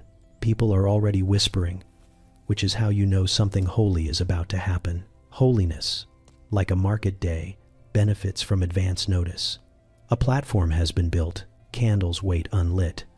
Someone has painted a halo on a piece of wood that looks suspiciously new. They tell you a saint has appeared. Not lived, appeared. The distinction matters because it skips inconvenient steps like proof, history, and death. This saint is recent, local, and very responsive to community needs. He manifested just outside town, exactly where the road bends and pilgrims naturally slow down. A miracle of logistics, if nothing else. You watch as the story assembles itself in real time. Someone claims to have seen a glow. Someone else confirms a voice. A third person admits they did not see anything but felt something. Which counts more because feelings cannot be questioned without seeming rude. Within an hour, the saint has a personality, a preference for modest donations, and a strong opinion about where his shrine should be built. Demand creates saints the way hunger creates bakers. When the last holy figure grows distant, inconveniently dead, or no longer profitable, a new one arrives. This one specializes in current problems, crops failing, children sick, taxes unbearable. He understands modern suffering. The humor lies in how efficiently it all unfolds. The relics appear almost immediately. A scrap of cloth, a footprint in soft ground, a walking stick conveniently discovered behind the tavern. No one asks how a saint managed to leave behind so many personal items in such a short time. Miracles are busy like that. You notice the clergy adjusting quickly. Some are skeptical at first, but skepticism softens when offerings increase. The saint is cautiously endorsed. Investigations are promised later. Later is a flexible concept. For now, the crowds are good for everyone. Stories begin to circulate with impressive speed. A woman claims her pain eased after praying. A man swears his luck improved. Someone else insists their neighbor's cousin was healed completely, which is the strongest kind of evidence because it cannot be verified before lunch. Fake saints thrive because people want proximity. Ancient saints are impressive but distant. Their miracles happened elsewhere, long ago, to people with inconveniently foreign names. A local saint understands local accents. He suffers where you suffer. He listens. You watch as the schedule fills. Feast days assigned, processions planned. Vendors set up stalls selling candles, medallions, and small printed prayers featuring the saint's face, which has already settled into a standard depiction. He looks humble. He looks tired. He looks market-tested. Skeptics exist, of course. They mutter about fabrication and coincidence. They are drowned out by singing. Music is louder than doubt. Also, skepticism does not cure anyone, and the saint, allegedly, might. You learn that timing is everything. Saints appear during droughts, wars, plagues, and moments when morale dips low enough to need intervention. They retire quietly when conditions improve or when another saint nearby offers better benefits. Occasionally, the saint is investigated officially. Witnesses are interviewed, stories compared, inconsistencies emerge. The glow might have been a lantern. The voice could have been a man shouting uphill. The footprint matches a common shoe. The saint fades politely into obscurity, but not before a chapel is built, not before donations are collected, not before a festival is established that no one wants to cancel afterward. The saint may be declared unofficial, but the infrastructure remains. Belief leaves behind real estate. You realize that fake saints are not accidents. They are responses. They fill gaps left by distant authority and slow solutions. When people need hope urgently, authenticity becomes optional. As evening falls, you stand among the crowd, watching candles flicker. The saint is invoked again, thanked for his presence, asked politely to remain available. You join in, because standing silently feels like dissent and descent is exhausting. Later, walking away, you pass the place where the saint allegedly appeared. It looks ordinary now. Just a patch of ground, slightly trampled, already marked with a small sign explaining its significance. You understand then that saints do not appear because they are real. They appear because belief has a schedule, and someone is always ready to meet demand. You walk the boundary at dawn, because boundaries prefer quiet. The mist hangs low over fields that look the same as they always have. Hedges breathing softly. Paths worn smooth by generations of feet that never asked permission. This land fed people. This land remembers them. Paper does not. A man arrives with papers rolled tight, like a promise that does not want to be questioned. He speaks gently, which is how authority avoids sounding like force. He explains that the land has been reclassified, improved, enclosed. Words that suggest care while doing the opposite. The ink is fresh.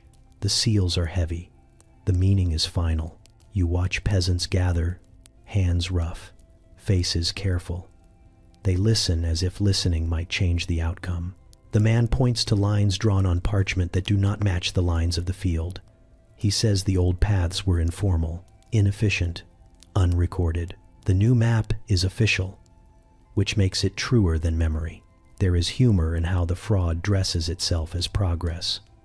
Enclosure promises productivity, order, profit.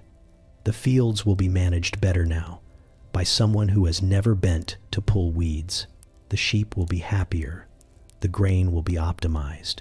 People are not mentioned because people complicate calculations. You see how it works. A lord claims unused land, common land. No one owns it, which means someone can. The paperwork cites charters few can read and witnesses no one remembers. A boundary stone is moved at night. A hedge is extended politely. By the time anyone notices, the map agrees with itself. The peasants protest quietly. Loud protest is expensive. They are told they can stay as tenants. This sounds generous until the rent is named. They are told they can move. This sounds reasonable until you remember they have nowhere else to go. Paper erases efficiently. It does not bleed. It does not shout. It simply declares. The land that was always there becomes something new because someone wrote it so. The old rights dissolve like fog under morning sun, not because they were weak, but because they were unwritten. You follow the process through a court where no mud enters and no boots have ever been worn. Clerks copy claims with steady hands. They do not know the fields. They know margins. The decision is tidy. The enclosure stands. Everyone nods, relieved to have concluded something. Outside, fences rise. Straight lines replace crooked ones that followed streams and stories. Paths are blocked, gates locked. The land does not argue, but people do, softly at first. Soft arguments are ignored. You notice how hunger enters quietly after. A goat has nowhere to graze. Firewood becomes theft. Gathering berries becomes trespass. Crimes appear where survival used to be. Punishment follows. The system congratulates itself on maintaining order. The fraud continues because it looks legal, because it arrives with stamps, because it speaks the language of improvement, and because the people it removes lack the language to object in ways that count. There are moments of absurdity. A man fined for walking the same route his grandmother walked. A woman arrested for collecting fallen branches from a forest that used to be shared. A sign nailed to a tree declaring it private, as if trees read. You watch a surveyor measure the land with a rope, careful, precise, apologetic. He knows this is wrong in the way weather knows it will rain. He does his job anyway. Jobs are convincing like that. Over time, the village thins. Some leave, some stay and adapt. The land changes hands again and again, each time further from the people who knew it best. The paperwork thickens. The story simplifies. Progress is declared a success. You realize enclosure frauds do not need lies that are elaborate. They need lies that are quiet. A date altered, a signature assumed, a right omitted. The rest happens on its own. As evening falls, you stand at a fence that did not exist yesterday. The fields beyond it look no different. The difference lives in who is allowed to touch them. You put your hand on the wood. and feel the vibration of a new rule settling into place. The peasants drift home, smaller somehow, as if the land took a piece of them when it was renamed. Children ask where they can play. The answer is complicated, and you understand that the most effective theft does not take land. It takes permission to exist upon it. You step into a guild hall that smells like polished wood, ambition, and the faint anxiety of men pretending they understand ledgers. Banners hang proudly, embroidered with symbols meant to suggest tradition, stability, and the comforting idea that someone else has already figured this out. The room hums with opportunity, or at least with people who want opportunity to be contagious. A senior member welcomes you warmly, too warmly. He speaks of brotherhood, shared prosperity, and the ancient wisdom of investing together. He gestures to a chart scratched into wax tablets, lines climbing upward in a way that feels reassuring without being specific. This is not a gamble, he assures you. This is a system. You learn quickly that joining requires a contribution, not a fee that would sound transactional, a stake, an investment. Your money will be put to work recruiting others who will also invest, creating growth that benefits everyone involved, especially those who arrived earlier. This part is not emphasized. It is implied politely. The guild frames itself as exclusive. Membership is limited, opportunities rare. This creates urgency without appearing desperate. If you hesitate, someone else will take your place, and that someone else will enjoy the rewards meant for you. The logic is flawless if you do not examine it too closely. You watch new members arrive, eyes bright, pockets lighter. They are congratulated publicly. Applause reinforces the feeling that something important has just happened. No one mentions what the guild actually produces. Goods are discussed vaguely, trades referenced abstractly. The real product, you begin to suspect, is participation itself. There is humor in how earnestly everyone repeats the same phrases: passive income, shared risk, mutual benefit. These words bounce around the hall like well-trained pigeons. They sound meaningful because they are familiar, not because they are explained. You notice that payouts flow upward. Senior members receive regular returns, funded by the contributions of those below them. This is described as success, proof the system works. When asked where the money originates, the answer is always expansion. Growth is the solution to every question. The guild encourages you to recruit friends, family, anyone you trust. Trust accelerates the process. If you believe in it, others will too. If they hesitate, remind them that doubt is how people miss out. The pressure is gentle but persistent. You are not forcing anyone. You are helping them. Meetings become more frequent. Charts grow more complex. The upward lines continue, even as the pool of potential members shrinks. No one points this out. Instead, the guild introduces new tiers, new roles, new incentives. Complexity creates the illusion of sustainability. You watch as early members grow confident. They dress better, speak louder, offer advice. Their success stories are paraded as motivation. They are living proof, even though their wealth depends entirely on the arrival of fresh believers. Eventually, recruitment slows. It always does. There are only so many people willing to buy into the same promise. The atmosphere shifts subtly. Payments arrive late. Explanations lengthen. External factors are blamed. Markets, politics, weather, anything but the structure itself. The humor fades when members begin to ask questions. The answers are defensive now. Faith is encouraged. Doubt framed as sabotage. Those who leave are labeled uncommitted, ungrateful.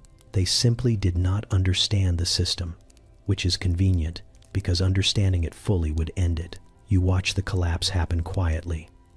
No dramatic announcement, just fewer meetings, less enthusiasm, a notice about restructuring.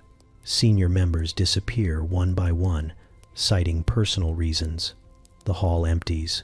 The guild dissolves, but the idea survives. It reappears elsewhere, under a new name, with the same promises and slightly different symbols. The lessons are not learned because the language keeps changing. As you leave the abandoned hall, you see flyers for a new opportunity posted nearby. Different guild, same pitch. The cycle resets. You realize then that these schemes do not rely on greed alone.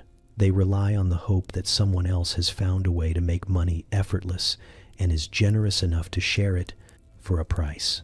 You step into a counting room where the air feels sharper, as if numbers themselves have edges now. The walls are lined with ledgers thick enough to stop a blade, each one filled with columns marching confidently across the page. This is not medieval coin counting anymore. This is Renaissance banking, where arithmetic has learned how to smile politely while doing questionable things behind closed doors. The banker greets you with ink-stained fingers and a gaze that suggests he knows exactly how much you are worth, even if you do not. He speaks of ratios, balances, futures, words that sound clean and intelligent, words that imply precision. What he does not mention is that precision is optional when everyone agrees not to look too closely. Money here no longer sleeps in chests. It travels. It multiplies. It exists simultaneously in several places, depending on who is asking and why. You watch as sums are added, subtracted, and then gently rearranged to say something more convenient. The math is correct in the way a portrait is correct.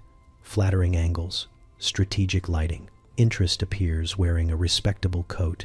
Lending money for profit used to be suspicious, bordering on sinful. Now it is framed as service, growth, progress. The banker explains that money wants to move, and preventing it would be unnatural. He does not say that money moving like this mostly benefits him.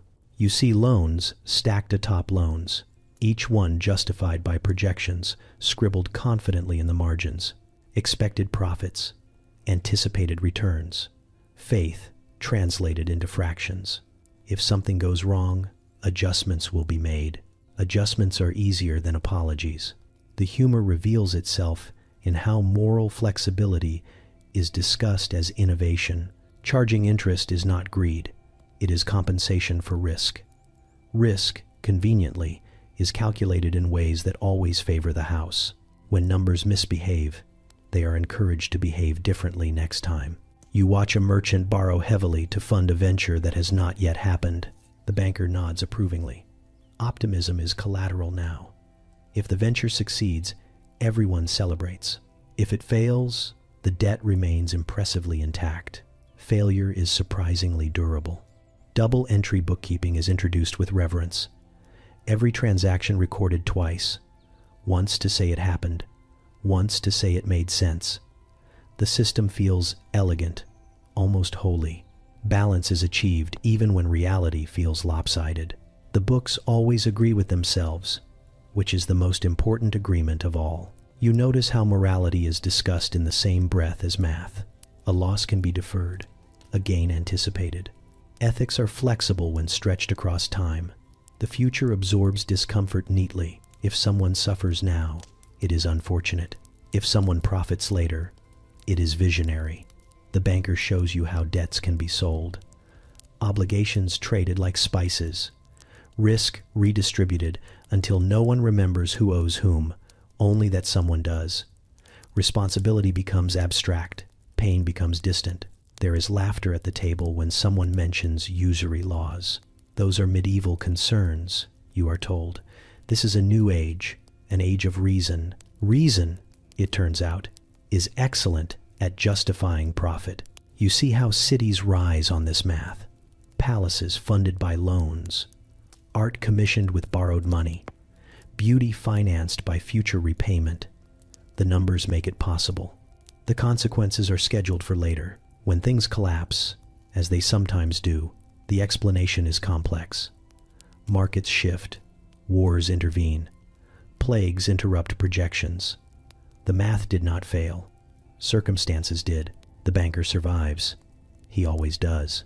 You realize that Renaissance banking does not abandon morality. It redefines it. Good becomes profitable. Bad becomes inefficient. Neutral becomes negotiable. Numbers provide cover. They look objective. They feel inevitable. As you leave the counting room, you hear the scratch of quills continuing behind you. Ledgers fill. Columns align. Somewhere, a decision is being made that will affect lives far beyond this room, justified by calculations no one else will ever see. You step back into the street where people trade goods, labor, time. They do not speak in ratios. They feel the outcomes. And you understand that when math learns how to bend without breaking, it becomes the most convincing excuse anyone has ever invented. You step into a studio that smells of oil, dust, and quiet confidence. The light is carefully managed, angled just enough to flatter everything it touches. Canvases lean against walls, some finished, some pretending to be unfinished in a way that suggests intention. This is not a place where art is discovered. It is a place where art is decided. The forger greets you like a colleague, not a criminal. He talks about composition, pigment, brush pressure. He speaks with affection about artists who have not yet been born. That is not a mistake. He explains that style always arrives before the story. Someone will paint like this eventually. He is simply early. You watch him work. He does not copy an existing masterpiece. That would be lazy. Instead, he creates what feels like a missing piece, a work that should exist, a painting that completes a pattern historians have not noticed yet. When the original eventually appears decades later, it will look suspiciously derivative. The humor sits in the confidence. He knows museums crave narrative as much as beauty. They want discovery. They want context. A painting without history is decoration. A painting with a convincing backstory is priceless. The forger provides both. He shows you how age is manufactured. Layers applied and gently stressed. Pigments mixed according to formulas that match the period exactly because science is very cooperative when asked politely. Cracks encouraged to appear in ways that feel natural. Time is simulated carefully, respectfully. The signature is added last. Not boldly, not proudly, as if the artist assumed no one would ever look too closely. Humility is convincing. You realize that arrogance is a modern affectation, the past preferred understatement. You learn that forgers study collectors more than artists. They know what is missing from private collections, what would complete a room, what a patron wants to own before anyone else realizes it should exist. Desire leads, art follows. When the painting is unveiled later, experts gather. They tilt their heads. They murmur approval. Someone mentions brushwork. Someone else references a letter that almost mentions something like this. Doubt flickers briefly, then settles. The piece feels right. Feeling right matters more than being right. You notice how quickly certainty forms once money enters the conversation. The higher the price, the less likely anyone is to question it. Doubt is expensive. Acceptance is profitable. The painting is declared authentic by consensus, which is how most truth survives. There is a quiet satisfaction in how the forger anticipates future scholarship. He plants hints, a vague reference here, a suggestive note there. Years later, an academic will discover these crumbs and feel brilliant. The painting will be cited. Legitimacy will solidify. Sometimes, the originals never appear. That does not matter. The forgery becomes the reference point. Books are written, exhibitions planned. The invented masterpiece shapes understanding retroactively. History adjusts itself politely around it. You see how institutions participate without admitting it. Museums want prestige. Collectors want validation. Critics want relevance. Everyone wants to believe they were present at discovery, not deception. The forger provides the opportunity. The rest is collaboration. Occasionally, something goes wrong. A pigment analysis reveals an ingredient that arrived too late. A document contradicts itself. An expert grows suspicious. The scandal unfolds. Heads shake. Committees convene.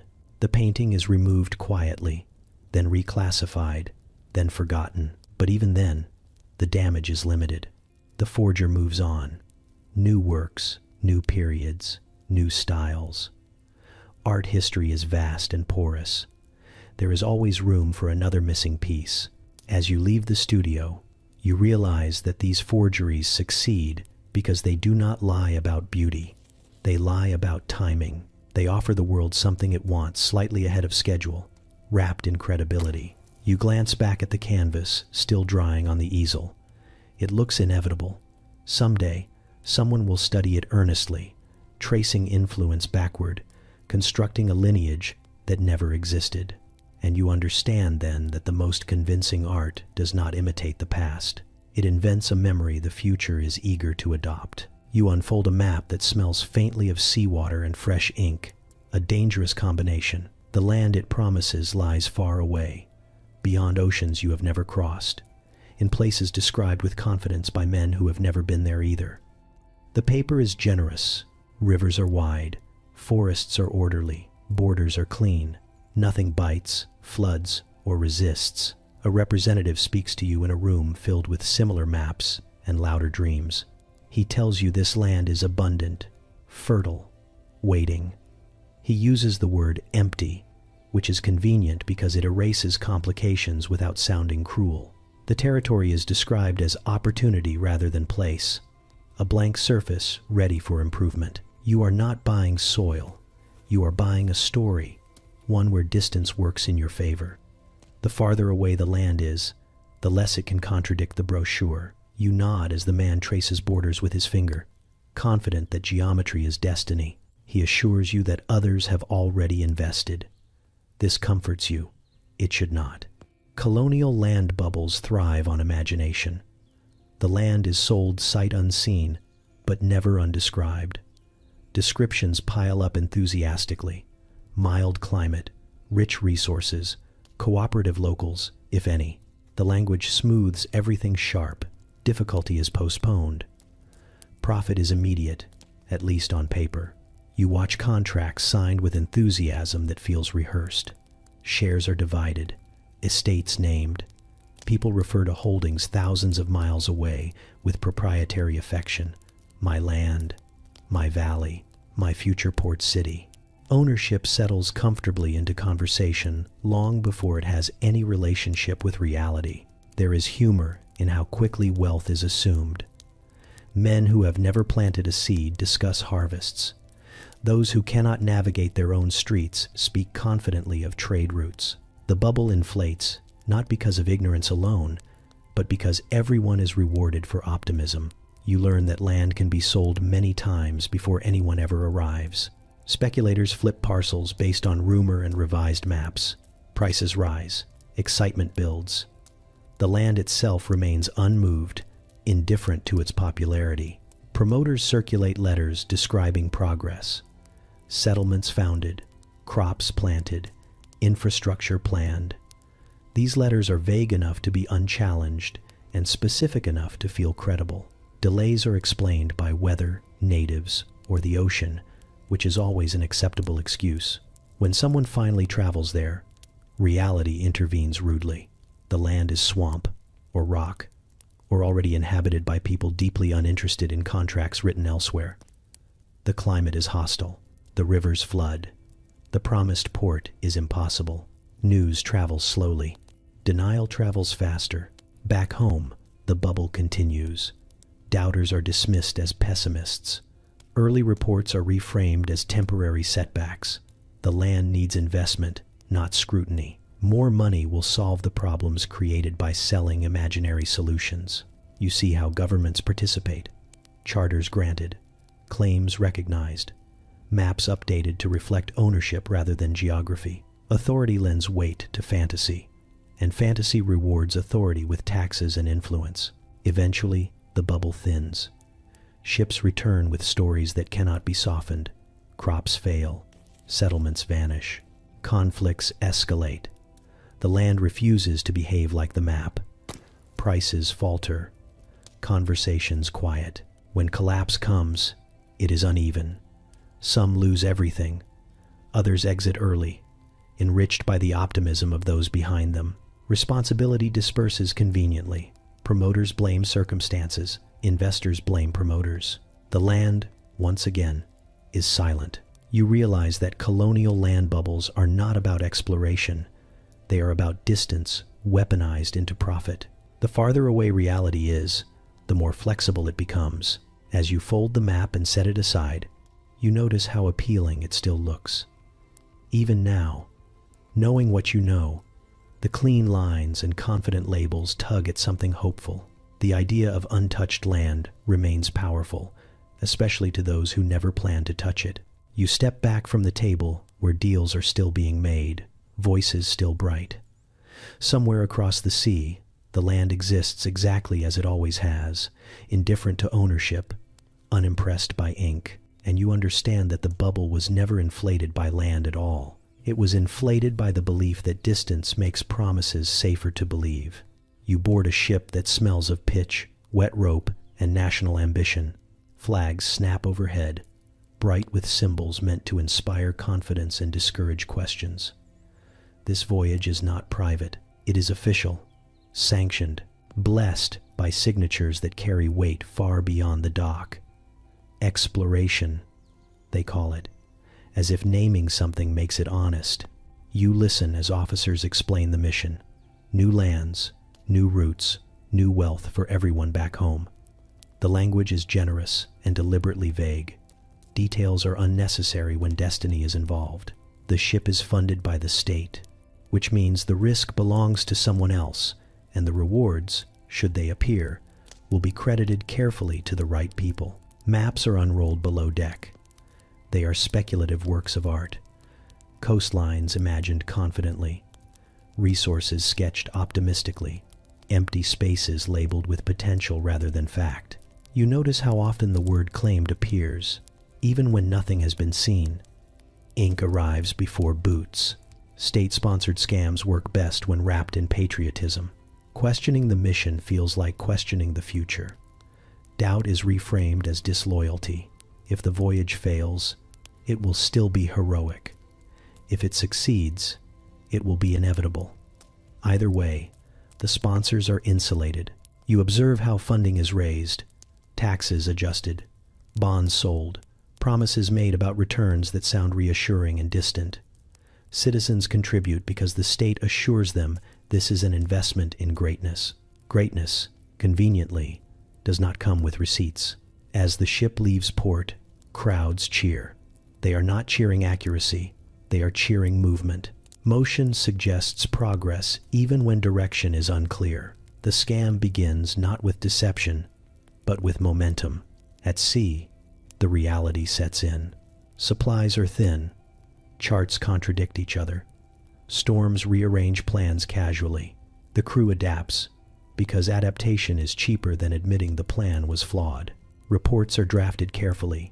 Success is emphasized. Difficulties are framed as temporary. Communication travels one way more efficiently than the other. You notice how discoveries are announced. A stretch of coast is declared rich before anyone steps inland. A harbor is described as strategic without testing its depth. Names are assigned quickly. Naming creates ownership. Ownership invites funding. Funding demands optimism. The state back home receives glowing letters. Progress is steady. Challenges are manageable. Indigenous populations are mentioned briefly, usually as obstacles or footnotes. The narrative is controlled tightly because exploration is expensive and belief must be maintained. There is humor in how loss is accounted for. Ships vanish, crews disappear, expeditions return empty-handed. These are recorded as sacrifices for knowledge. Knowledge is a flexible outcome. It cannot be weighed, which makes it useful when nothing else can be shown. You see how officials distance themselves from failure. The explorers mismanaged resources. Weather intervened. Circumstances changed. The original decision remains sound. It always does. Accountability dissolves across committees and time. Meanwhile, new expeditions are planned, using the same maps, the same language, the same promises. The scam refreshes itself. Each failure justifies another attempt. The state insists that perseverance is virtue, not evidence of a flawed premise. Those who profit are rarely those who sail. Contractors, suppliers, administrators. Titles are granted, pensions secured. The explorers themselves are remembered selectively, as heroes if convenient, as cautionary tales if not. You begin to understand that state-sponsored exploration scams are not about discovering the unknown. They are about managing perception. They convert public funds into private certainty while maintaining the appearance of ambition. As the ship limps into a foreign harbor, thinner than planned and richer only in stories, you help unload crates filled with specimens no one asked for. Someone will assign them meaning later. Someone will write a report that sounds like success. Back home, monuments will be proposed, names carved. The voyage will be remembered as necessary. The cost will be abstracted into history. You stand on the deck and watch officials argue about what to report. The truth is too complex. The myth is ready. Exploration ends where honesty would have to begin. You stand in a square dressed like a celebration, where banners flap cheerfully and hope is sold in small, affordable portions. A table sits at the center with a locked box, a priest nearby, and a crowd arranged carefully so everyone can see everyone else believing. This is not gambling, you are told. This is providence with rules. The lottery has divine approval, which is the most important feature. The priest explains that the outcome will be guided by higher wisdom, not controlled exactly, but gently influenced in the direction of justice. Justice, in this case, looks suspiciously like revenue for a church project that has been underfunded for years. You watch people buy tickets with the seriousness usually reserved for prayer. Coins drop into the box. Names are written carefully. Some add small notes, asking for guidance, mercy, or a sign that things might finally turn. The priest blesses the box repeatedly, as if holiness needs reinforcement. The humor hides in the structure. The lottery is presented as fair because chance is involved. What is not emphasized is who prepares the lots, who guards them, and who interprets the outcome. Divine will, it turns out, prefers trusted hands. A man explains that winning is a sign of favor. Losing is a test. This logic is wonderfully resilient. No outcome disproves it. Those who lose are encouraged to reflect. Those who win are celebrated loudly, ensuring everyone sees that the system works. You notice how often the winners are connected. A cousin of a clerk, a patron of the church, a man who donated generously last year and could really use a reminder that generosity is noticed. No one calls this corruption. They call it mystery. The drawing begins. The priest reaches into the box, slowly, dramatically. Silence stretches. Anticipation thickens. A name is read. Applause erupts. The winner looks stunned, which is appropriate, because gratitude photographs better than suspicion. You learn later that the name was always going to be drawn. The lots were arranged. The box was never fully mixed. The divine approval was more of a branding decision than an operational one. But standing there, watching faces light up, it feels convincing. Lotteries like this thrive because they turn inequality into entertainment. Everyone has a chance, technically. The poor contribute eagerly because a small coin buys a large dream. The wealthy contribute strategically because they can afford to hedge favor. The prize is often modest, enough to change a life briefly, not enough to threaten anyone important. The real profit is in the steady flow of contributions, justified by spectacle and sanctity. People will give more willingly when they believe heaven is watching. You notice how sermons adjust around lottery days. Prosperity is emphasized, patience praised. The idea that fortune is moralized settles comfortably into the crowd. If you win, you deserve it. If you lose, you need improvement. The system is absolved either way. There are moments of quiet discomfort. A woman wins who is clearly desperate, and people whisper that the miracle is real. A man loses repeatedly and stops coming, which is interpreted as a failure of faith rather than a sensible conclusion. Absence is easier to explain than doubt. Occasionally, someone questions the fairness. The response is swift and polite. Do you doubt divine judgment? Do you question the priest? Do you lack faith? The questions stack until the original concern disappears under social pressure. The lottery funds a new roof, a new bell, a new statue. Tangible results help. You can see where the money went. This quiets suspicion. The rigging is forgiven because something nice exists now. You begin to understand that the lottery is not about winning money. It is about converting hope into predictable income while preserving the illusion of randomness. Divine approval is simply the most efficient marketing tool available. As the crowd disperses, people clutch their tickets a little longer than necessary. Some will keep them as proof they tried. Others will buy again next week. The box will be blessed again. The outcome will be explained again. You step away from the square knowing that chance was never the point. Belief was. You enter a meeting room, arranged to feel important. Long tables, serious faces, papers stacked with deliberate disorder. Someone has placed a globe in the corner even though no one will touch it. This is a scientific society, you are told. And science, apparently, prefers dim lighting and confident voices. The men here wear modest coats and immodest certainty. They greet each other with nods that suggest shared understanding, even when they disagree completely. A chair scrapes, a gavel taps, the session begins, and with it, the quiet sail of answers. They promise certainty, not inquiry, not doubt. Certainty is the product, neatly packaged and ready for export. In a world that feels unpredictable and occasionally hostile, certainty is valuable. It saves time. It ends arguments. It allows decisions to be made without the discomfort of admitting ignorance. You listen as a speaker presents a theory with impressive clarity. Charts are unfurled, measurements cited, conclusions delivered confidently. Questions are permitted, but only the polite kind, the kind that clarify rather than challenge. Real skepticism is discouraged with smiles and sighs. Membership in this society is not free. Knowledge may want to be universal, but certainty prefers a gate. Fees are justified as necessary for progress. Research costs money. Printing costs money. Authority, as it turns out, is surprisingly expensive to maintain. You notice how often consensus is emphasized. The society agrees. The society has concluded. The society has determined. Individual voices dissolve into collective authority, which is much harder to argue with. If everyone here believes it, who are you to object? There is humor in how quickly conclusions solidify. A hypothesis becomes a principle. A principle becomes doctrine. A doctrine becomes something you are expected to accept quietly if you wish to remain welcome. Doubt is framed as unproductive. Curiosity is fine, but only when it stays in its lane. You see how certificates are issued, endorsements granted, seals pressed. A member leaves with papers declaring them informed, enlightened, aligned with the latest understanding.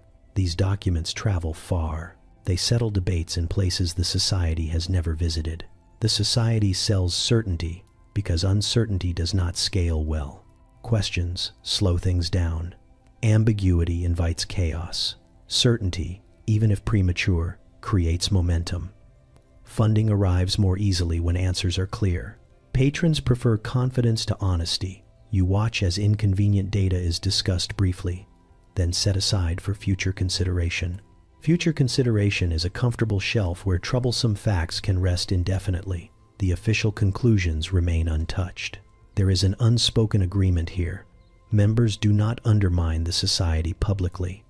Disputes are handled internally, quietly, or not at all.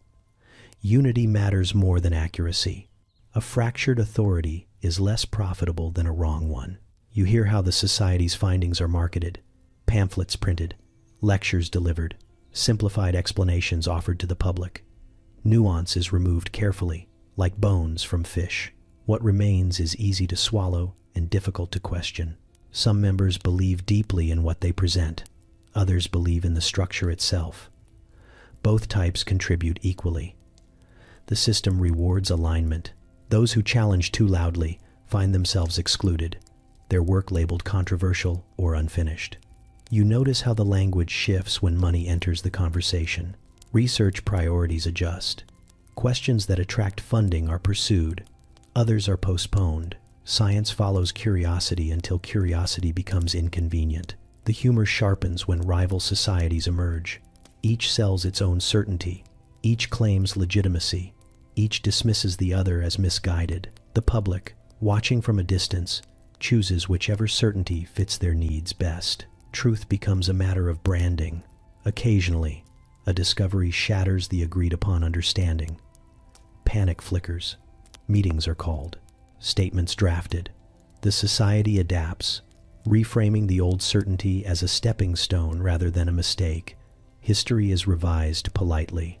You realize that fake scientific societies do not reject science. They imitate its appearance while skipping its discomfort. They offer answers without questions, conclusions without doubt. They sell the feeling of understanding rather than the work of it. As the meeting ends, applause fills the room. Papers are gathered. Confidence remains intact. Outside, the world continues behaving unpredictably, stubbornly indifferent to declarations made indoors. You step away with the unsettling clarity that certainty, when sold, rarely includes a refund policy, and that the most convincing answers are often the ones that ask you to stop looking. You arrive just after the panic has been announced. Bells ring too loudly. Messengers run with unnecessary urgency. Someone is always shouting about borders, shortages, enemies just beyond the horizon. You notice how carefully the fear is paced. Never so much that people stop thinking entirely, but enough that they stop asking questions. This is where war begins. Not on battlefields, but in rooms where men with clean hands explain why violence is suddenly unavoidable. They do not invent armies. They invent emergencies. The weapons come later. You stand near a table stacked with maps, all of them freshly updated. Lines have shifted. Threats have moved closer. Towns that were peaceful last season are now described as vulnerable. The ink is still drying, which is impressive considering how urgent everything is supposed to be. A man with a practiced voice explains the situation to anyone willing to listen. Supplies are dangerously low. Armor is outdated. Horses are insufficiently fed. The enemy, conveniently unnamed, is very well equipped. He pauses at the right moments, letting the implications settle. If nothing is done, something terrible will happen. Soon, you watch merchants lean in. This is not fear to them. This is opportunity wearing a helmet. They nod gravely while calculating how many shields can be produced before the next announcement of doom. Emergency shortens negotiations. Prices rise naturally when time is scarce. Contracts appear with impressive speed. Wax seals are pressed while the crowd is still anxious. Agreements are made in the language of necessity. No one wants to be remembered as the person who hesitated while danger approached. The profiteers move smoothly between groups, never lingering too long. They are sympathetic but firm. Yes, the cost is high. Yes, the timeline is tight. Yes, corners may need to be cut. Survival, after all, is not a luxury process. You notice how often the emergency shifts. When one fear loses momentum, another is introduced. A rumor of invasion becomes a rumor of betrayal. A border dispute becomes a supply crisis.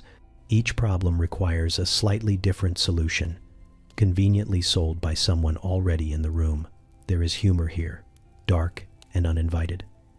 The same men who warned of famine last month now warn of excess. Too many mouths to feed, too many soldiers to arm, too much peace-breeding complacency. The emergency adapts to inventory. You see warehouses open that were mysteriously sealed before the crisis. Weapons that were unavailable suddenly exist in abundance, though at a premium. Armor that was considered obsolete is rebranded as urgently sufficient. Even fear has marketing language.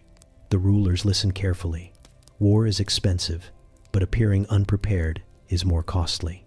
Advisors whisper about public morale, about appearing decisive, about the dangers of delay. It is remarkable how quickly caution is framed as weakness when someone else stands to profit from haste. You observe how dissent is handled. Not crushed, just labeled. Those who question the emergency are described as naive. Those who demand proof are accused of undermining unity. In uncertain times, certainty is demanded, even if it is borrowed. The crowd begins to repeat the language they have been given. People speak of threats they have not seen, enemies they have not met. The emergency spreads socially, faster than any army could march. Fear is contagious when it offers purpose. Behind the scenes, ledgers fill with numbers that never reach the battlefield. Profits accumulate quietly, while soldiers are promised honor instead of pay. The war machine hums long before it fires a shot. You notice how the profiteers never call it war. They say preparedness, defense, stabilization, words that sound responsible, words that can be extended indefinitely. Emergencies, once invented, rarely resolve cleanly. When the first skirmish finally occurs, it almost feels anticlimactic. The emergency had already done its work. Money moved, power shifted, contracts were fulfilled. The battlefield is just the receipt. You stand back as the noise grows. Drums beat, banners rise. People cheer with the relief of having direction. Fear has been transformed into action, which feels like progress even when it is not. The profiteers watch from a distance, already preparing the next explanation, because when peace threatens to return, it too can be described as dangerous, and there is always another emergency waiting to be announced. You arrive at an office that smells new in a way nothing else in this city does. Fresh wood, fresh ink, fresh promises. The door plaque gleams, the name etched with confidence. Something solid sounding, something that implies longevity. You are assured this enterprise will be here for generations, which is an impressive claim for a building whose mortar is still drying. Inside, everything looks legitimate. Desks are aligned. Ledgers sit open, as if mid-calculation. A clerk nods at you with the practiced calm of someone who has memorized trust. There are stamps, seals, ribbons, all the accessories of permanence. It feels official because it has learned how to look official. This is how ghost companies are born. Not in shadows, but in daylight. With paperwork, you watch investors arrive carrying coin, goods, sometimes entire hopes. They are greeted warmly and thanked sincerely. Receipts are issued with flourishes. Shares are described in careful language that sounds technical enough to discourage further questions. Ownership becomes a word that floats comfortably without attaching to anything solid. The founders speak of expansion, always expansion. New routes, new markets, new partnerships, just over the horizon. Horizons are very useful things. You never have to reach them. You only have to point. You notice how often tomorrow is mentioned. Profits tomorrow. Deliveries tomorrow. Returns tomorrow. Tomorrow is doing a lot of work here. The staff is efficient, but curiously uninvested. No one personalizes their space. No mugs, no family crests, no signs of expectation. They are actors in a play with a very short run. When asked about longevity, they smile in a way that suggests the question is charming but unnecessary. The company has assets, technically. Warehouses that exist on maps, ships that are currently delayed, contracts with partners who are temporarily unreachable. Everything has an explanation, and the explanations fit together just well enough to feel reassuring if you do not press too hard. You see how money moves through the books quickly. In, then out, then somewhere else.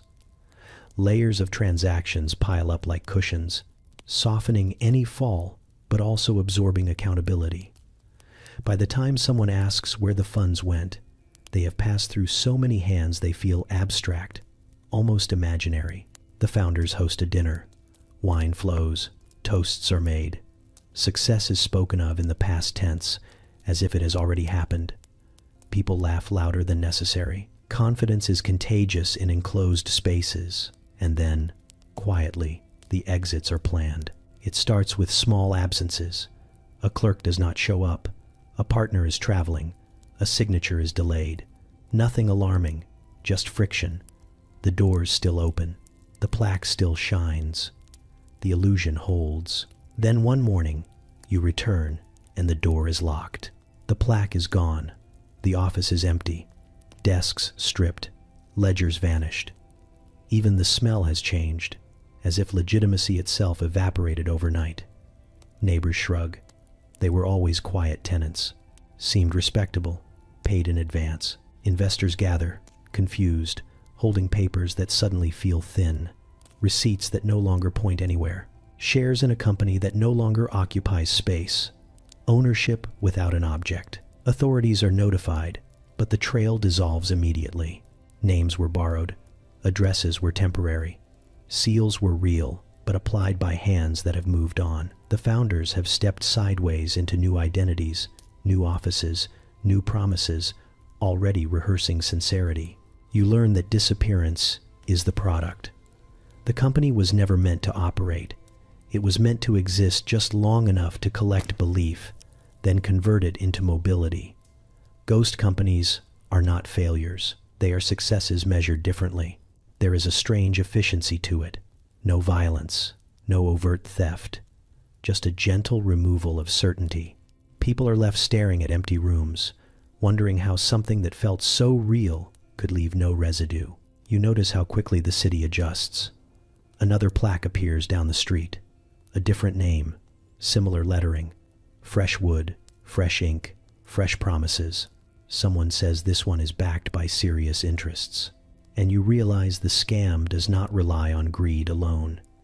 It relies on rhythm, on the human preference for momentum over scrutiny, on the comfort of familiar forms, on the belief that if something looks established, it must be. Ghost companies do not haunt because they scare you. They haunt because they remind you how easily trust can be rented, furnished, and abandoned, all without ever breaking character. You step forward in time and expect the tricks to change. New buildings, cleaner suits, softer chairs, lighting that flatters everyone equally. The language has improved. The confidence has not. Medieval scams did not die. They learned how to use glass and electricity. You sit in a room that smells like polished wood and optimism. Screens glow with graphs that move constantly, which is comforting because motion feels like progress. No one mentions grain shortages or invading armies anymore. Now the threats are abstract: volatility, uncertainty, market sentiment. The words float politely, like monks who learned accounting. You notice the same rhythm from centuries ago. Urgency without clarity. Complexity presented as sophistication. If you do not understand something, that is positioned as your failure, not a warning. In the Middle Ages, ignorance was spiritual. Now it is financial. A man explains leverage to you with a smile that suggests this is very simple. He uses metaphors involving ladders and doors and upside without dwelling on gravity. Someone else mentions instruments, derivatives, positions. It all sounds musical until you realize no one is listening to the tune, only the promise of applause. You think of indulgences, how salvation once came with a receipt. This feels similar, except now the paper is digital and heaven is retirement. Pay now, worry later. Faith, but with interest. Money moves faster than metal ever could. Coins once clinked, now value flickers.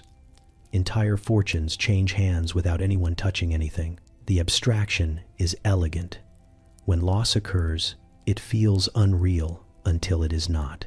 You watch institutions explain why risk is necessary. Necessary for growth, necessary for innovation, necessary for everyone except the people who designed it. When things go wrong, responsibility disperses beautifully. No single villain, just systems behaving unexpectedly.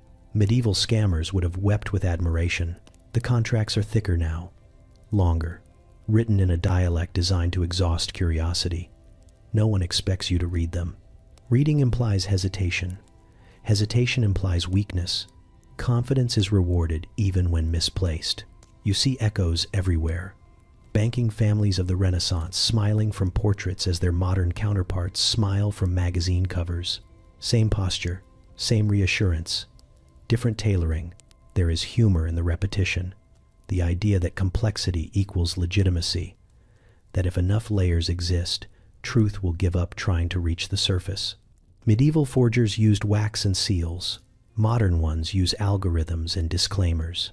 You attend a presentation. Slides appear with upward arrows. Projections extend comfortably into the future. Someone jokes about castles and dragons, distancing themselves from history, unaware they are reenacting it. The crowd laughs. Laughter is a form of consent. When losses happen, they are framed as lessons. Tuition for the market. Necessary pain. Pain that seems to prefer visiting the same people repeatedly. Those at the top apologize with impressive sincerity and remain exactly where they are. You notice how blame is narrated. External forces. Unforeseen conditions. No one admits to inventing the emergency, only responding to it. War profiteers would recognize this language instantly. There is always a new product, a solution to the last solution. Innovation, stacked atop innovation, until no one remembers what problem started the process. The pitch is never about need. It is about opportunity. Opportunity does not require proof. It only requires timing. You remember counterfeit coins destabilizing regions. Today, the metal is replaced by confidence itself. When trust falters, markets shake. When belief wavers, value evaporates. It is the same fragility, scaled up and electrified. People still want certainty. Medieval pilgrims bought relics. Modern investors buy assurances. Both are sold by someone standing slightly closer to authority than you are. The lighting helps. Clean lines, neutral colors, everything designed to feel controlled. The setting whispers stability even when the content screams improvisation. And when the collapse comes, because sometimes it does, the story resets. Investigations, reforms, new rules, fresh names, fresh plaques. You realize the greatest trick was never the scam itself. It was convincing each generation they invented something new. The castles are gone. The ledgers are digital. The belief, however, remains beautifully medieval. You sit surrounded by devices that hum softly, screens glowing like obedient candles. Everything feels advanced here. Smooth surfaces, intuitive gestures, promises delivered in fonts designed to feel trustworthy. You are told this era is different, smarter, faster, less naive. The past, you're assured, was clumsy. This is precision, and yet the pitch sounds familiar. Someone leans forward and lowers their voice, not because it's a secret, but because intimacy sells confidence. They tell you this technology changes everything, that old rules no longer apply, that distance, effort, and risk have been removed by innovation. You hear echoes of alchemists promising gold without mining, bankers moving money without metal, prophets offering certainty for a contribution. Only the nouns have been upgraded. You notice how often the future is invoked. Not tomorrow exactly, but soon. Just enough time to invest, to subscribe, to commit before everyone else understands. Being early is framed as intelligence. Being cautious is framed as fear. The words have changed, but the emotional choreography is medieval. A demonstration begins. Data flows beautifully. Graphs climb at polite angles. Problems dissolve under sleek animations. You are shown how easy it is, how frictionless, how inevitable. Complexity has been hidden behind buttons labeled with confidence. You don't need to know how it works. That would only slow you down. This is where the pitch never evolves. Understanding is optional. Participation is urgent. You think of fake relics passed through markets. How belief did most of the labor. This feels similar, except now belief is quantified. Likes, shares, metrics, engagement, numbers that suggest truth through repetition. If enough people nod, it must be real. The salesperson smiles and mentions disruption, a favorite word. It sounds rebellious, even noble. But disruption has always been part of the scammer's vocabulary.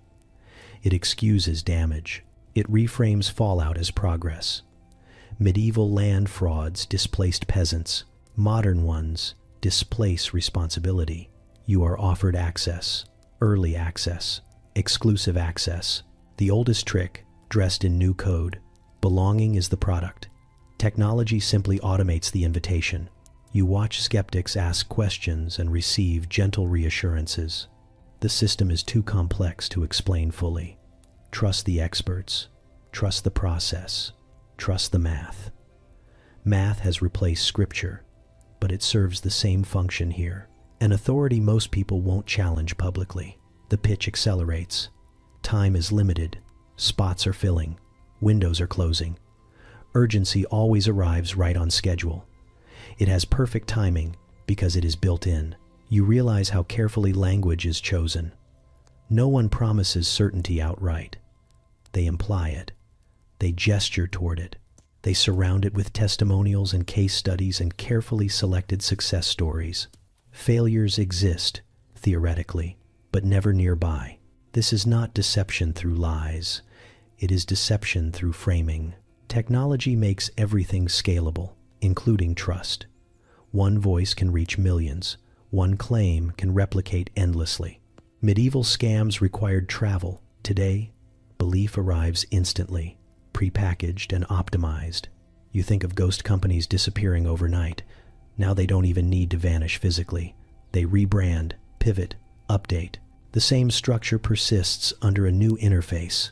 Accountability lags behind innovation by design. There is humor in how proudly this era declares itself immune to history, as if repetition stopped being repetition once it gained bandwidth, as if better lighting erased old habits. You notice how often responsibility is deferred. It's the algorithm, the market, the users, the unforeseen edge case. No single hand pushes the lever, so no single hand can be blamed when it breaks. The pitch concludes with a vision. A world transformed, barriers gone, opportunity democratized, everyone included, eventually, after the early adopters, after the founders, after the people who believed first. You applaud lightly, because everyone else is. Applause is contagious. Silence feels awkward. Doubt feels antisocial. And in that moment, you understand something simple and uncomfortable. The tools have evolved. The speed has increased.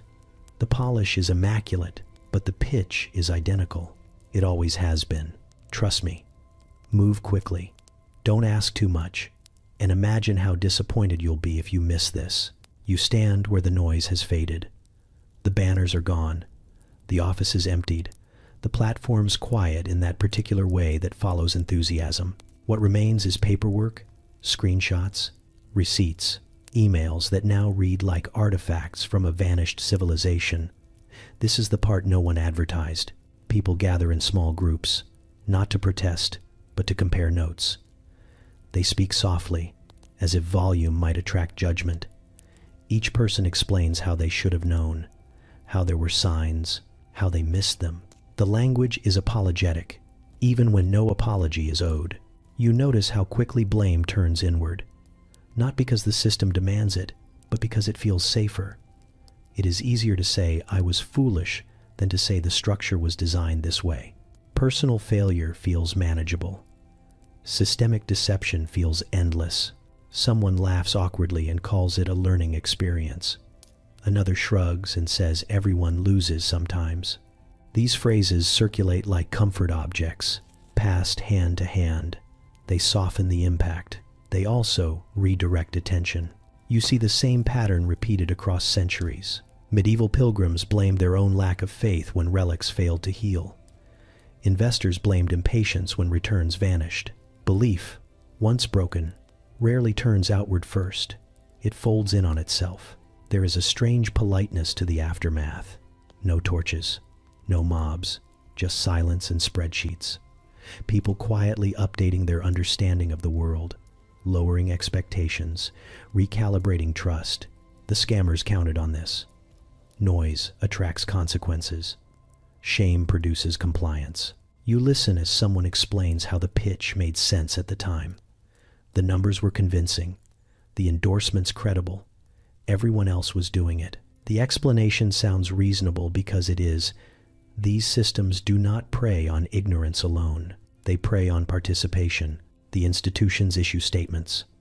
Carefully worded, sympathetic but distant. They promise reviews, audits, improvements. The language is soothing, like a balm applied to a bruise that will never fully fade. Accountability is mentioned abstractly, never personally. You notice how rarely the word scam is used. It is replaced with failure, collapse, miscalculation, events without agents. Grammar does a lot of work here. Victims are interviewed and asked what they would do differently. Not what should change, not who benefited. The question frames the story neatly. Responsibility stays local. The system remains intact. You think of counterfeit coins, destabilizing regions, of ghost companies dissolving overnight, of war emergencies invented for profit. The pattern is consistent. When it ends, the crowd disperses quietly, each person carrying a private lesson that does not threaten the architecture. There is humor here, but it is brittle. jokes about trusting too easily, about being naive. Humor becomes armor, a way to keep dignity while absorbing loss. It works well enough to prevent outrage. You stand among them and feel the weight of it. Not just money lost, but certainty. The subtle shift that happens when people decide the world is a little more hostile than they thought. That trust should be rationed. That hope needs disclaimers. What you do not hear is collective anger. Not yet. Anger requires clarity. Clarity requires naming the structure. That takes energy, and most people are tired. The designers of the scheme have already moved on. New names, new pitches, new audiences. They rely on this moment, the quiet one, when consequences feel personal rather than political. When victims self-edit their own stories. You see how history repeats not because people forget, but because they internalize. Each generation thinks it failed uniquely, rather than being targeted predictably. Shame resets the board. Someone asks you if you think they were foolish. The question is sincere. They want absolution, not analysis. You realize how powerful that impulse is, to turn exploitation into a character flaw, to make suffering feel deserved.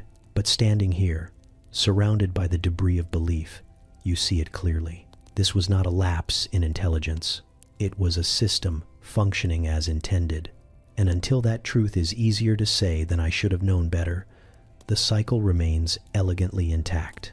You step away from the wreckage carrying something quieter than anger and heavier than facts. Understanding does not arrive with applause. It settles in slowly, like dust after a procession has passed. You have seen the tricks, traced the patterns, followed the money as it slipped through centuries with different accents. And now you notice what never changed: hope. It is easy to call people foolish from a distance. History does it constantly. Pamphlets, textbooks, commentaries all love to shake their heads at those who believed. But standing here, with the echoes of pitches still humming in your ears, you understand how insulting that is. No one wakes up excited to be deceived. They wake up wanting things to be better. You think of the medieval pilgrim pressing a relic to their chest, not because they misunderstood wood and bone, but because they were sick and desperate and tired of watching loved ones fade. You think of the merchant signing a contract with shaking hands, imagining stability instead of hunger. You think of the investor staring at a glowing screen, hoping this time the math aligns with the dream. Hope is not stupidity. It is exposure. You see now how every scam begins by identifying a shared ache: fear of poverty, fear of meaninglessness, fear of being left behind while everyone else moves forward. The pitch never starts with lies. It starts with recognition. I see you. I understand what you want. I can help. That is the hook. Everything else is scaffolding. You remember how often urgency was used, how speed was framed as wisdom. Hope hates waiting. Waiting feels like decay. Action feels like life. Scammers know this instinctively. They rush, not because time matters, but because reflection is dangerous. There is a strange kindness in the lie, not because it is moral, but because it speaks the language of desire fluently. It tells people the world is fixable, that salvation is reachable, that fairness is just one transaction away. Even when false, the message resonates because it aligns with a deep wish that things should make sense. You notice how rarely victims talk about hope afterward. They talk about mistakes, about missing signs, about trusting too much. Hope is rewritten as error. But that rewrite protects the system. It implies the next version will work if people are simply smarter. You know better now. You have watched intelligent, cautious, experienced people fall into the same traps across eras, not because they lacked knowledge, but because knowledge does not cancel longing. You can understand risk perfectly and still want relief. You can recognize patterns and still hope this time is different. Scams succeed because they do not fight human nature. They cooperate with it. You think of how belief operates socially, how reassurance multiplies when shared, how seeing others commit reduces the perceived danger. Hope becomes communal, and once communal, it feels almost rude to doubt. Doubt threatens belonging. There is humor in how universal this is. From medieval marketplaces to modern conference halls, the setting changes, but the posture remains. People leaning forward, listening closely, imagining outcomes just beyond reach. The pitch adapts to technology, but it never abandons emotion. You realize that awareness alone is not immunity. Knowing this does not make you untouchable. It makes you more honest. It allows you to recognize when your own hope is being leveraged, polished, packaged. This understanding is uncomfortable because it removes the easy villain. There are scammers, yes, but there is also the structure that rewards them, the systems that normalize speed, celebrate disruption, and quietly punish caution. Blame floats conveniently downward, while profit rises. You stand with this clarity and feel something steadier, replace cynicism. Not distrust of people, but respect for vulnerability. If hope is the entry point, then the answer is not mockery or shame. It is patience, transparency, slowness, systems that do not demand belief before proof. You leave knowing something important. People are not gullible because they are ignorant. They are vulnerable because they are human. And as long as hope exists, someone will try to sell it. The task is not to kill hope, but to stop building worlds where it can be harvested so easily.